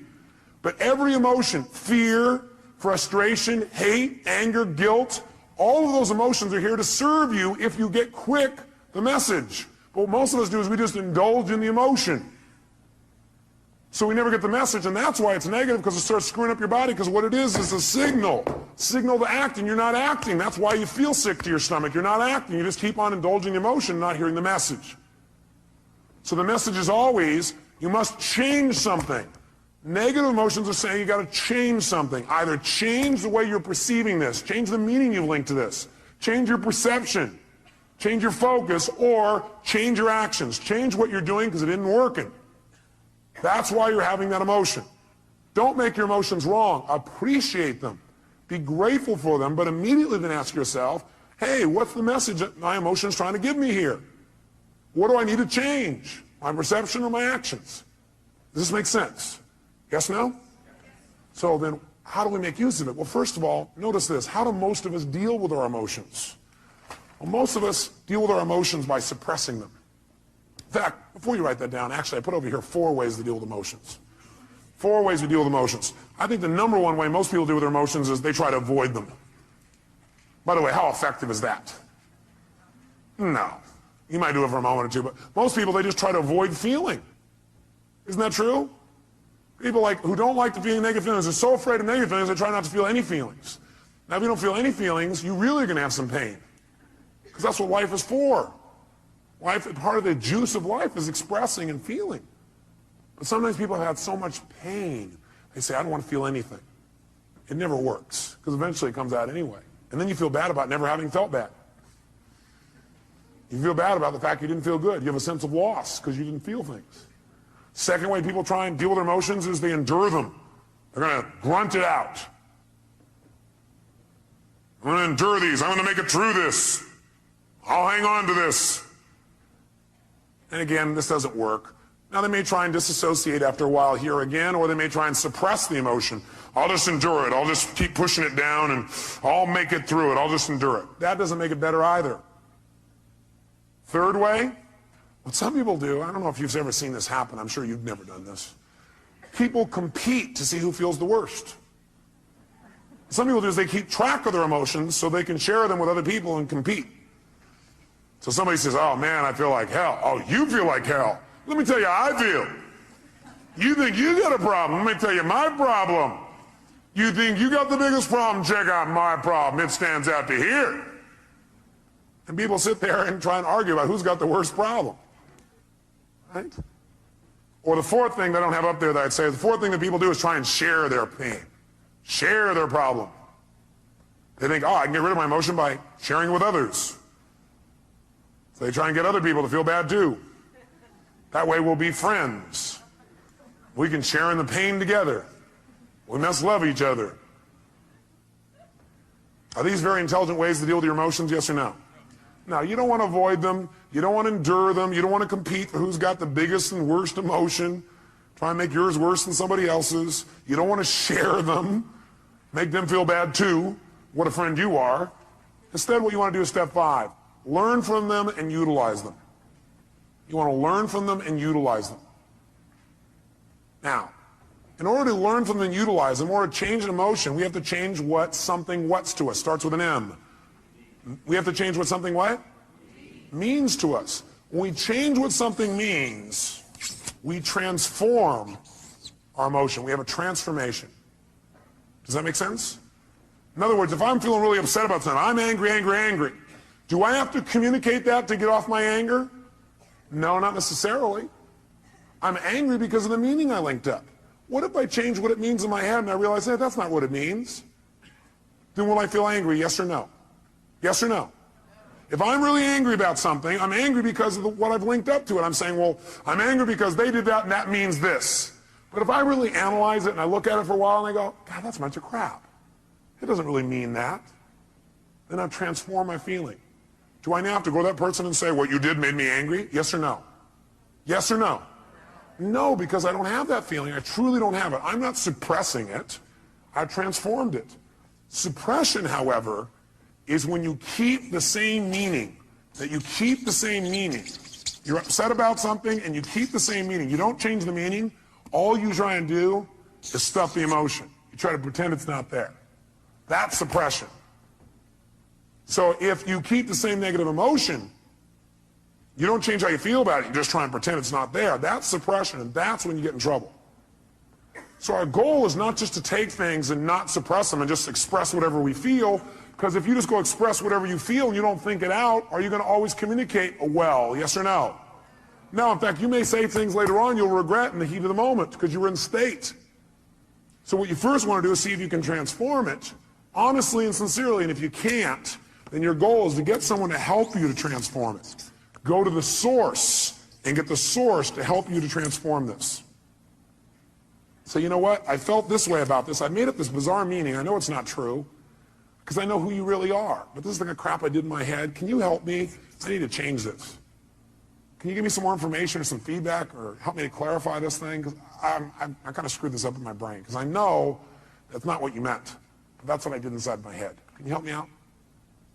Is that different than, you know something? The other day when you did this, I felt this, which, by the way, implies what they did made you feel something. Is that true, yes or no? Does anybody do anything and make you feel something, yes or no? Yes or no? Absolutely not. Absolutely not. Now, you have a right to feel the way you feel, but that isn't true that it's actually what made you feel that way. You chose to make yourself feel that way. You communicated that to yourself. So instead of saying, when you did this, that made me feel this, that's implying that somebody made you do something, and that takes responsibility away from the one person who can change your life, meaning you. So I request in the future this. Nothing wrong with any of that. What we want to do is enhance it. The way we want to enhance it is come from the place of, I'm communicating because I want to transform something, and I'm responsible, not them. You know, I need your help. I need your help. The other day when this thing happened, I used that to interpret that to mean this. And I know it's not true because I know who you are. I need some clarity. Can you help me out? I got to clean this up in me. Who's responsible? By the way, will they want to help you, yes or no? And by the way, what you're really doing here is making clear what you're really doing, which is you're doing a cry for help. Maybe not crying, you're making a request for help instead of crying. Make sense?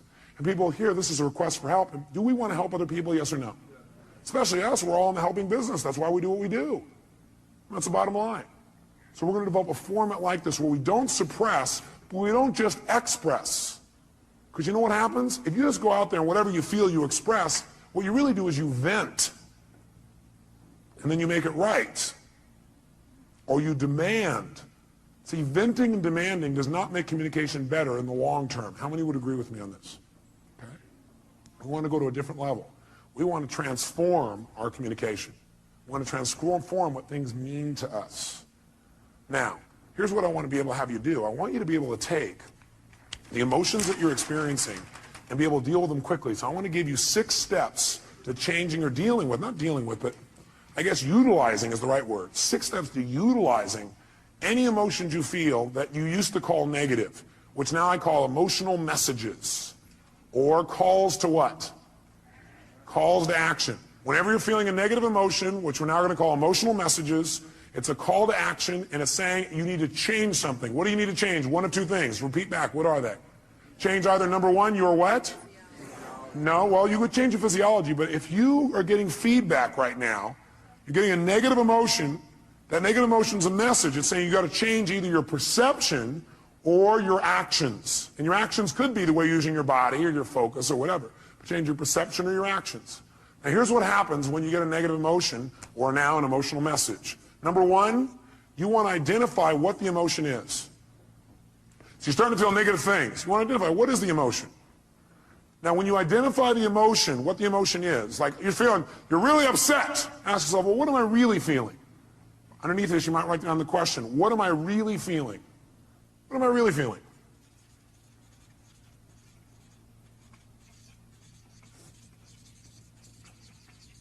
So when you say, I'm upset, I'm going to say, what am I really feeling? And what might your answer be when you say, what am I really feeling? I'm upset with this person. What am I really feeling? I might be feeling hurt. Does that change how you feel in that moment as you identify that? Yes or no? Yes. And when you say, what am I really feeling? You might put a little note in your notes. Use some TV. Use some TV when you come up with your label. Transformational what? Vocabulary. So instead of saying, I'm destroyed, I'm devastated, I'm humiliated, you might say, I'm feeling a little bit hurt. Use TV and use what I call softeners. Softeners are the words like a little bit. So softeners and TV. Here's the second key. Once you've identified what it is, and by the way, usually it's going to be, I have a sense of hurt or a sense of loss. Almost all emotions will probably come down to that in most cases. Is that true? In most cases, not all. Second thing you do, acknowledge and appreciate the message it has for you.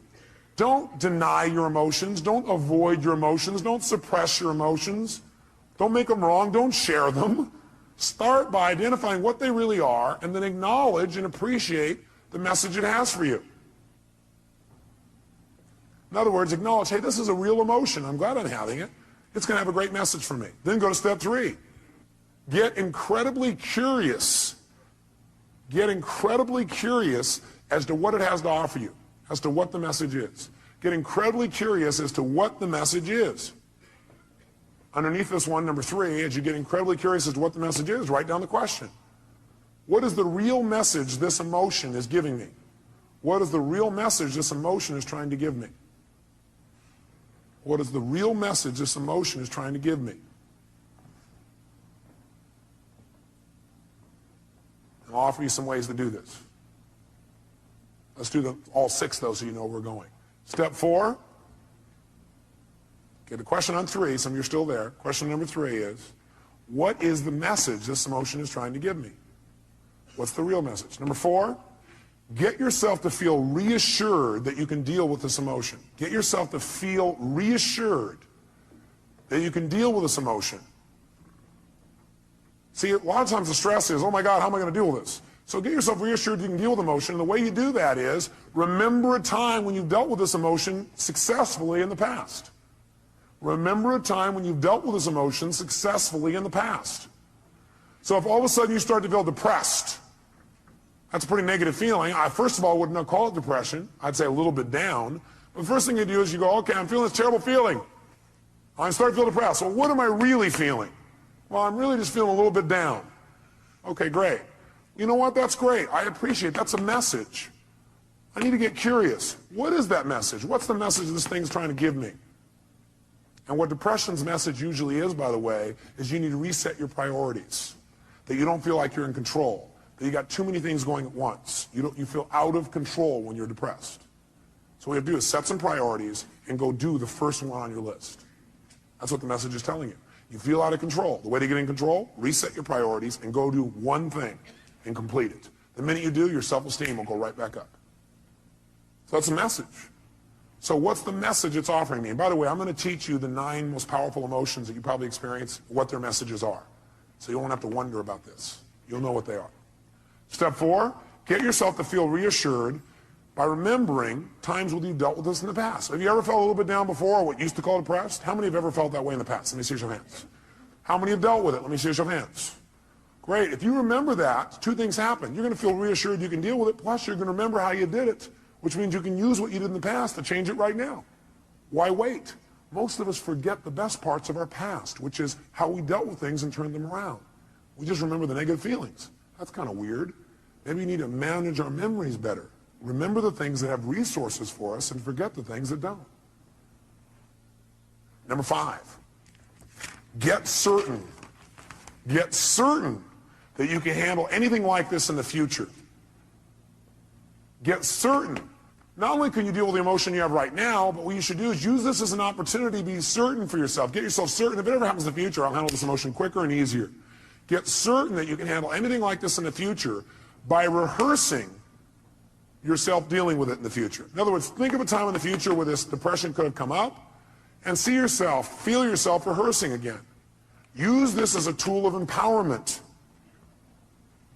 So you remember a time when you were depressed before, you were a little bit down, you turned it around. It took you a while, but you turned it around. You remember what you did. Oh, I dealt with this before, I can deal with it again. And then you say, let me take this opportunity to get certain that I can handle this if it ever came up in the future. And the way I'm going to do that, I'm going to sit down right now, and I'm going to think of, okay, what kind of things might happen in the future? I might get depressed. Well, I might expect something didn't work, feel bad about it. Let me think of a time like that. Okay, let me see myself, hear myself, feel myself deal with it. You see, hear, and feel yourself dealing with it easily. And you do this 2, 3, or 4 times. If you keep doing it 2, 3, or 4 times, then in the future when it comes up, guess what your brain will do? Your brain will go, oh, I can handle this. I'm already prepared. How many are following the logic of this? Let me see your hands. Okay? So get certain you can deal with it in the future by rehearsing. And by the way, remember this. You might want to put this in your notes. Your brain cannot tell the difference between something you vividly imagine and something you actually experience. Your brain cannot tell the difference between something you vividly imagine, where you see it, you hear it, you feel it, you taste it, you touch it, you smell it in your mind, and something that actually occurs. If you doubt this, have you ever had a dream where it was so real you had every physical response to it? How many have had a dream like that? Okay, you can have a dream anytime you want, even while you're awake. All you have to do is rehearse something in your mind enough times, vividly enough, and it's real. If you over and over again rehearse yourself dealing with emotion easily, then it's real. Next time it comes up, you've already got the programming. You already have the resources to turn it around in a heartbeat. Then this emotional message, it's dealt with for the future, not just for today. And the sixth step, take action and change your life. Whatever the message is, take the action that you need to take and change your life. Do something. Doing something always will change how you feel. You feel bad because you're not doing anything. And by the way, you'll continue to feel bad until you do something to change. So if you do anything, it'll improve you and move you in the direction you want to go. So let's take another example. What's another negative emotion you feel? Let's hear an example of one you felt recently. Somebody raise your hand. Rejection. So what's the first step when you think you're feeling rejection? What's step number one? Come on, guys, what is it? Identify it. Specifically, identify what the emotion really is. Let's call it that. Identify what the emotion really is. Identify what the emotion really is. So you ask yourself, what am I really feeling? So a person said rejection. What were you really feeling? Shh, no, let him answer. That's your answer. His answer was disappointment. Is that different than rejection, yes or no? Yes or no? Yes, and by the way, when he realizes he's just disappointed, it's not as intense as rejection, is it? What happened with one question? His pain just dropped. Still painful probably, but not anywhere near as intense. Am I false or true on that? Okay, great. Now, so he's disappointed. Great, so now he knows when he realizes he's disappointed, he might even add some TV or a softener here. And the softener might be, he might say, I was a what? A little bit disappointed. Well, I'm a little bit disappointed. Okay, that makes it even less. Now what does he do? Number two, does he make himself wrong for feeling that way? Yes or no? Yes or no? What does he do? He needs to acknowledge and what else? Appreciate the fact that he's getting a very valuable message. And it's a message he needs to change something. He needs to either change his perception about it so he's no longer disappointed, or he needs to change his actions so he doesn't be disappointed now or in the future. Step three, what does he need to do? Get incredibly what? Like a little kid? What? Curious. When we're curious, do we learn things more? Do we learn better when we're curious? You bet. So he needs to get incredibly curious about what this message has to offer him. If you were really curious, what do you think that message really had to offer you?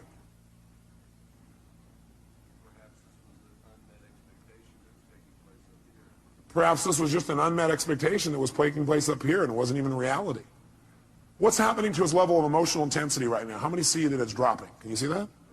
Okay, it's dropping right now. You go, great. Can you remember a time, next step is get himself what? What? Great. And the way to do that is get him to what? Remember a time when he's dealt with it. Have you ever been disappointed before and dealt with it? Can you remember a specific time? Can you turn it around, made it good? Can you remember a specific one? Think for a moment, a time when you turned around and you made it great. You actually took it, made it to your advantage. Remember a time like that? How'd that feel? So you know how to deal with this, don't you?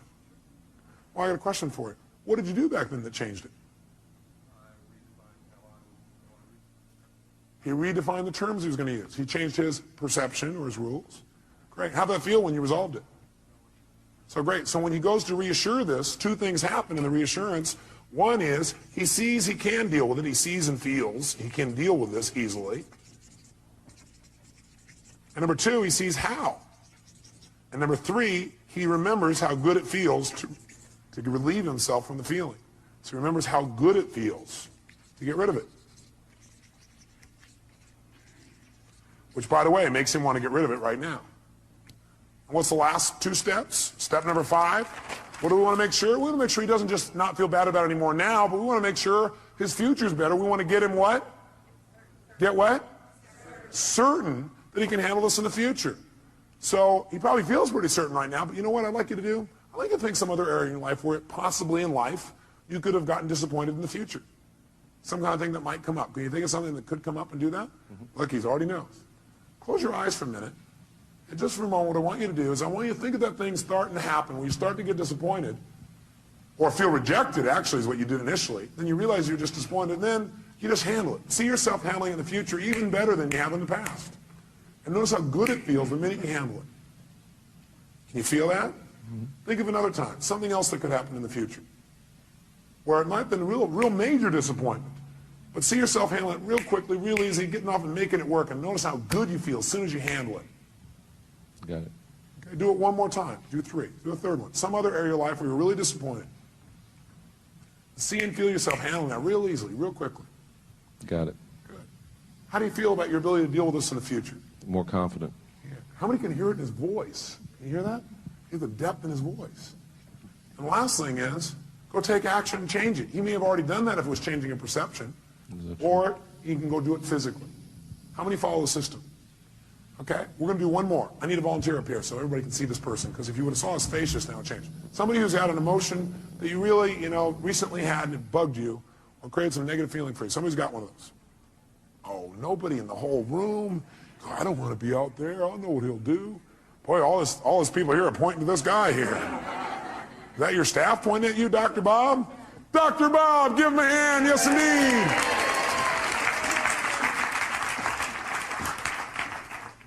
Great. Here you go, sir. He's going to reward you guys for this later. He probably will, actually. That's right. Dr. Bob, what's a negative message, a negative feeling that you've had recently that you'd like to change, you really are committed to changing, but it's been bugging you? Disappointment and rejection. Disappointment and rejection. Well, it seems a lot of that's going around. Must be catching. It's the rejection virus. People are spreading it. Okay, well, which one would you like to deal with? Or are they tied together? Well, actually, it's probably... What question did he just ask? For him to say, actually, it's, he's already done step 1. What's the question he just asked? For him to already say, actually, it's, what did he ask? He first of all started to identify what the feeling really was, didn't he? And the question he asked is, what am I really what? Feeling. What are you really feeling? Anger. Anger. What's that really? Well, what that really is I was angry because I felt rejected. Okay. And I was really disappointed about what happened, the circumstance. So what's he done? He's managed to stack his negative emotions one on top of another. Sure. And by the way, this is unique to Dr. Bob. Nobody else you know does this, do they? But what are you really feeling? All that stuff, what's behind all that stuff? You just really feel what? Rejected.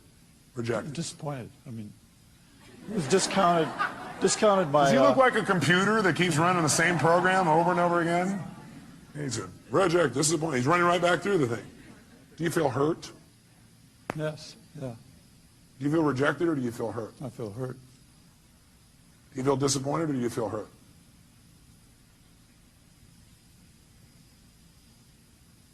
Or do you feel a sense of loss?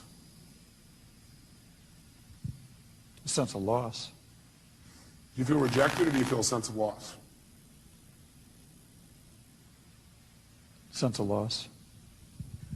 Do you feel angry or do you feel a sense of loss? Sense of loss. Do you feel hurt or do you feel a sense of loss? Loss. What does it always come down to? Loss. Now, we can call it whatever we want. Okay? So he's identified it. So, next question is, what do we want him to do? Should he feel bad about having those feelings, yes or no? No, you know what? These are valuable messages that are coming to you. They really, truly are. But what you should feel bad about is indulging in them and not using them. Not learning. You want to feel bad if you don't learn anything. Then feel bad. And then get tired of feeling bad and just decide to learn something. Because you can learn something as soon as you ask, what can I learn from this, right? So right now, instead of making them wrong, what I want you to do for a moment is really appreciate those emotions. Acknowledge the fact those emotions have a valuable message. And then immediately get what? Like a kid, get what? Curious. Get curious for a second as to what those messages really are. What can you really learn from that? What is that message really offering you? In other words, let's go back up to the first one you said, rejection. By being rejected or disappointed, what is that motion of rejection trying to tell you?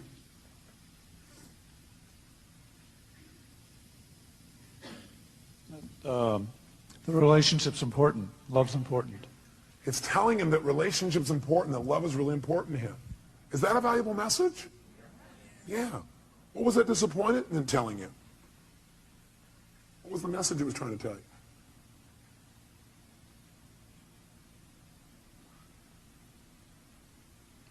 Now, a person may say, I don't know. If you did know and it had a positive message, it's always telling you to change something. It's telling you to change your perception about something, or it's telling you to change your actions. So what is that emotion of disappointment telling you? To change what? What do you need to change? How I love. How he loves. Very interesting. In what way do you need to change how you love? How it's communicated, or shown. How it's communicated and shown. How do you need to communicate and show your love more effectively?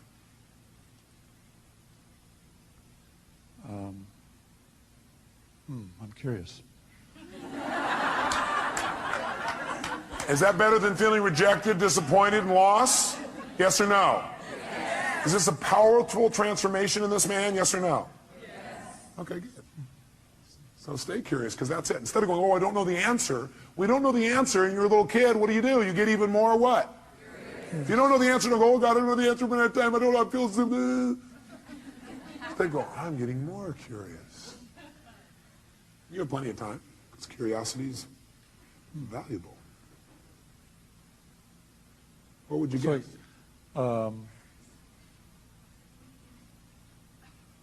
Need to be more, I'm confused. Good. Confused means you're about to make a change. Is that true? See, when you know what things mean, you'll just keep doing it the way you've always done it. He was not confused when he went, I'm disappointed, I'm rejected, I'm frustrated. In fact, he kept doing it over and over again because he was not confused. He knew exactly how to do that. Now he's confused. His little brain's going, this little computer program's not working the same way. So, So the question always help him out with is, what do you need to change in order to no longer feel this? You need to change your perception or your actions or both. And what do you need to change about your perceptions? What do you need to change about your actions? You might want to write that down. Go ahead. So my action should be different. I mean, if what I did didn't work, I need to try something else. That's right. So I need to communicate that differently, or behave differently. Okay. How many hear what he just said? Did you understand what he said?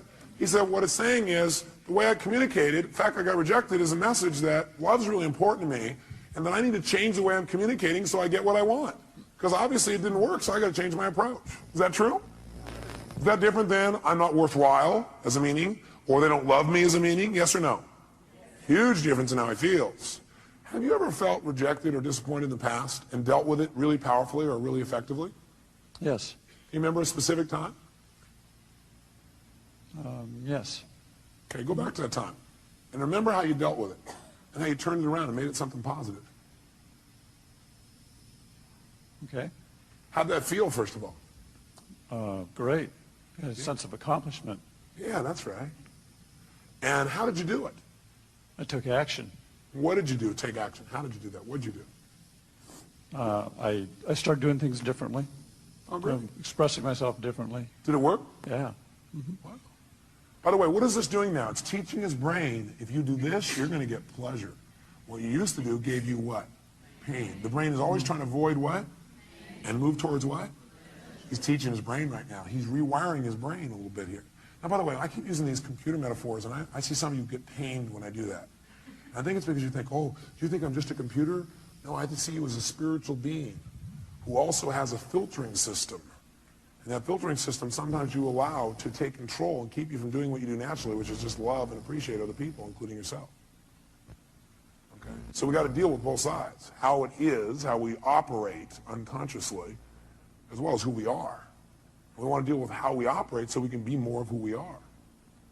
Now, I'd like you to think about this for the future. First of all, you feel pretty good about you being able to deal with it right now? Yes. Yeah. And by the way, does he really look like he can deal with it now? Yes or no?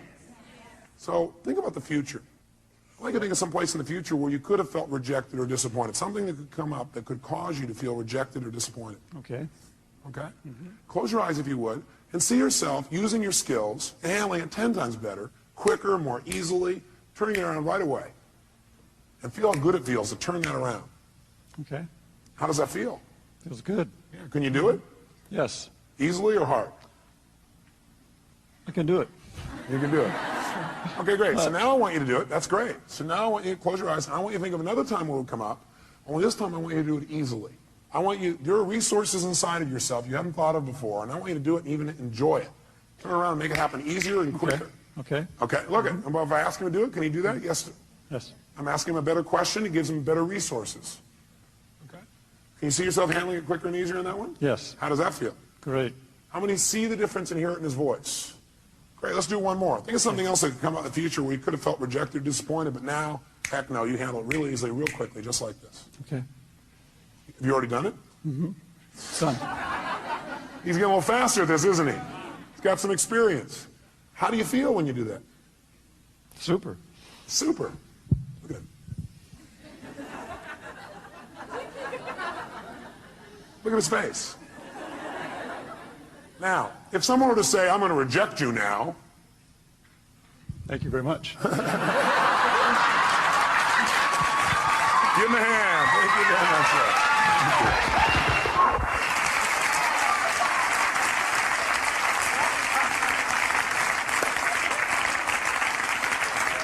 So, I want you to try this. Let me help you another step.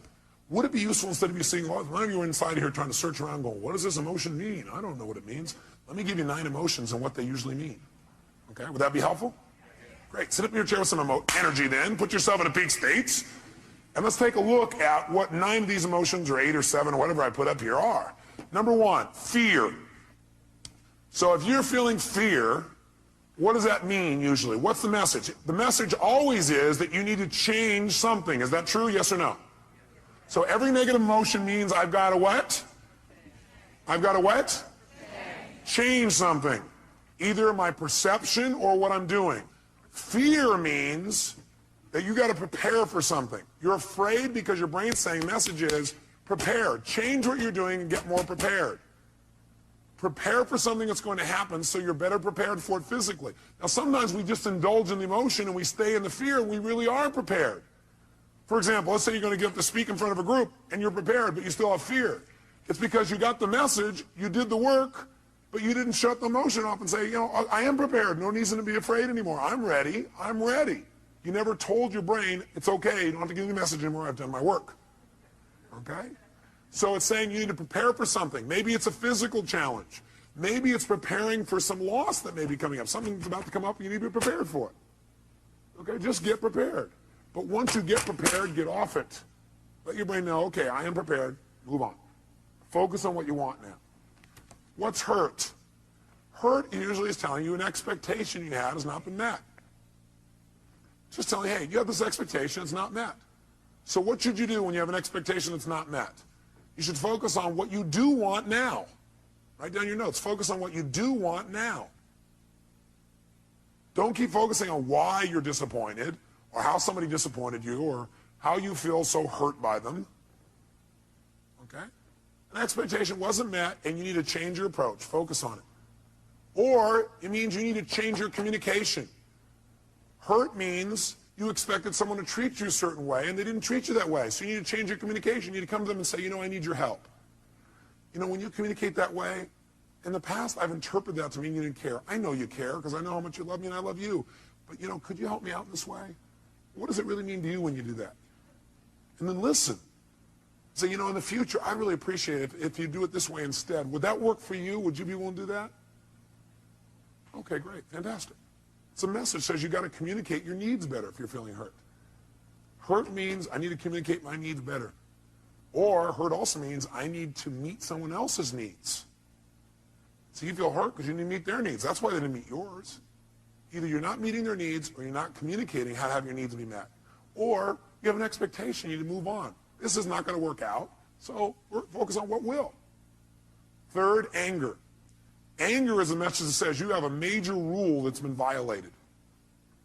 When you're angry, you have a rule that's been violated. We all have rules about how things must be and how they should be. And boy, some rules, if somebody violates some of our rules, man, we really get angry, don't we? By the way, you may also be angry because you violated your own rules. Is that true? Yeah, you're not doing what you believe you must do, and you get angry with yourself.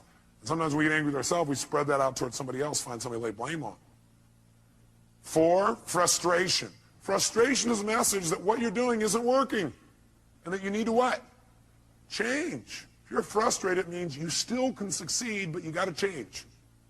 If you're frustrated, it says, God, something's here and you know you could succeed, and you're frustrated because what you're doing isn't working. Change and you can still get what you want. Flex. Disappointment. Disappointment's a message, again, that you expected something to happen, it's not going to. So immediately focus on what you want now. Focus on what you want now. It's a message that you have to get off it. You need to let go of something and move on and focus on what you want now. Guilt. Guilt is a powerful emotion if it's not abused and overused and indulged in. Any of these emotions are lousy if you indulge in them. Would you agree with me on that? Sit there and indulge in your fear and your hurt and your anger. Indulging means you keep focusing on the feeling instead of getting the message and moving on and learning. Guilt, though, can be valuable. It's telling you you have violated one of your own standards, and you need to do something immediately to be certain you won't do this again. You're having that pain of guilt because your brain is saying you just violated one of your most important standards of your life. You violated one of your own values. And you're going to keep getting this pain until you make yourself certain you're not going to do this again. But you know what some people do? They just keep going back and feeling guilty about what they did in the past. The message is saying, get clear you broke your own rules and commit no matter what, you're not going to do it again. Make it clear, be certain you're not going to do it again, and your guilt will go away like that. Because that's the purpose of guilt, to make sure you don't violate your standards and make sure you do it well in the future. Could your standards be unreasonable? You bet. There's a woman in this room I heard about was feeling guilty because last night she came here and she wasn't with her kids on Halloween. Oh my God. Can you believe that?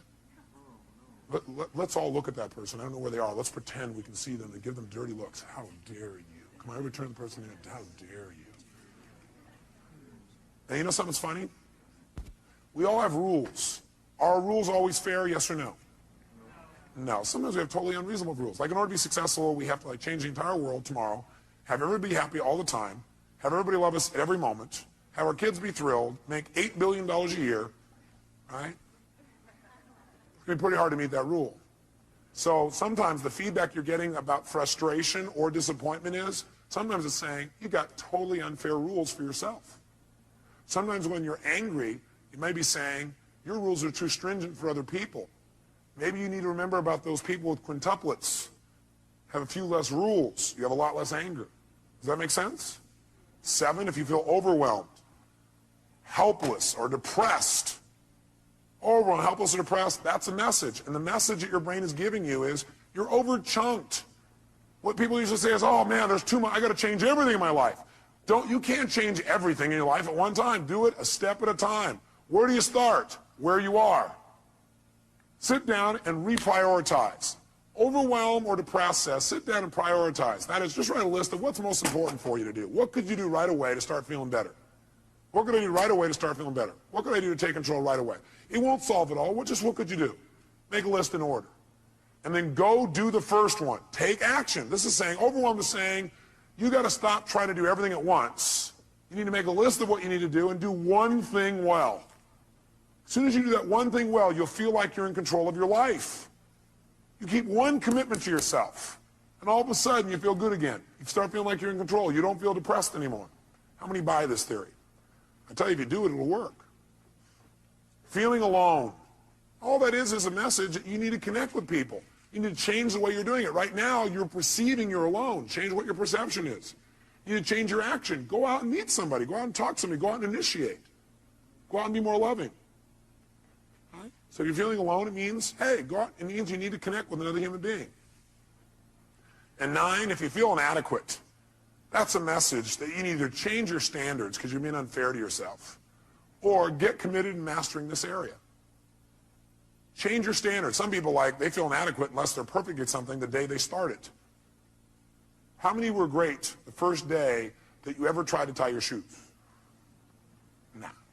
How many of you are confident in tying your shoes now? Can I see your hands? How many are real confident? No. How many feel like, man, you can flat out tie your shoes, no problem? Let me see if hands here. No problem. Why?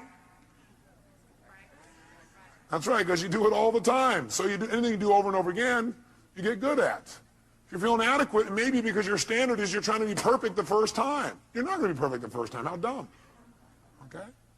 Does this list help you? Yes or no?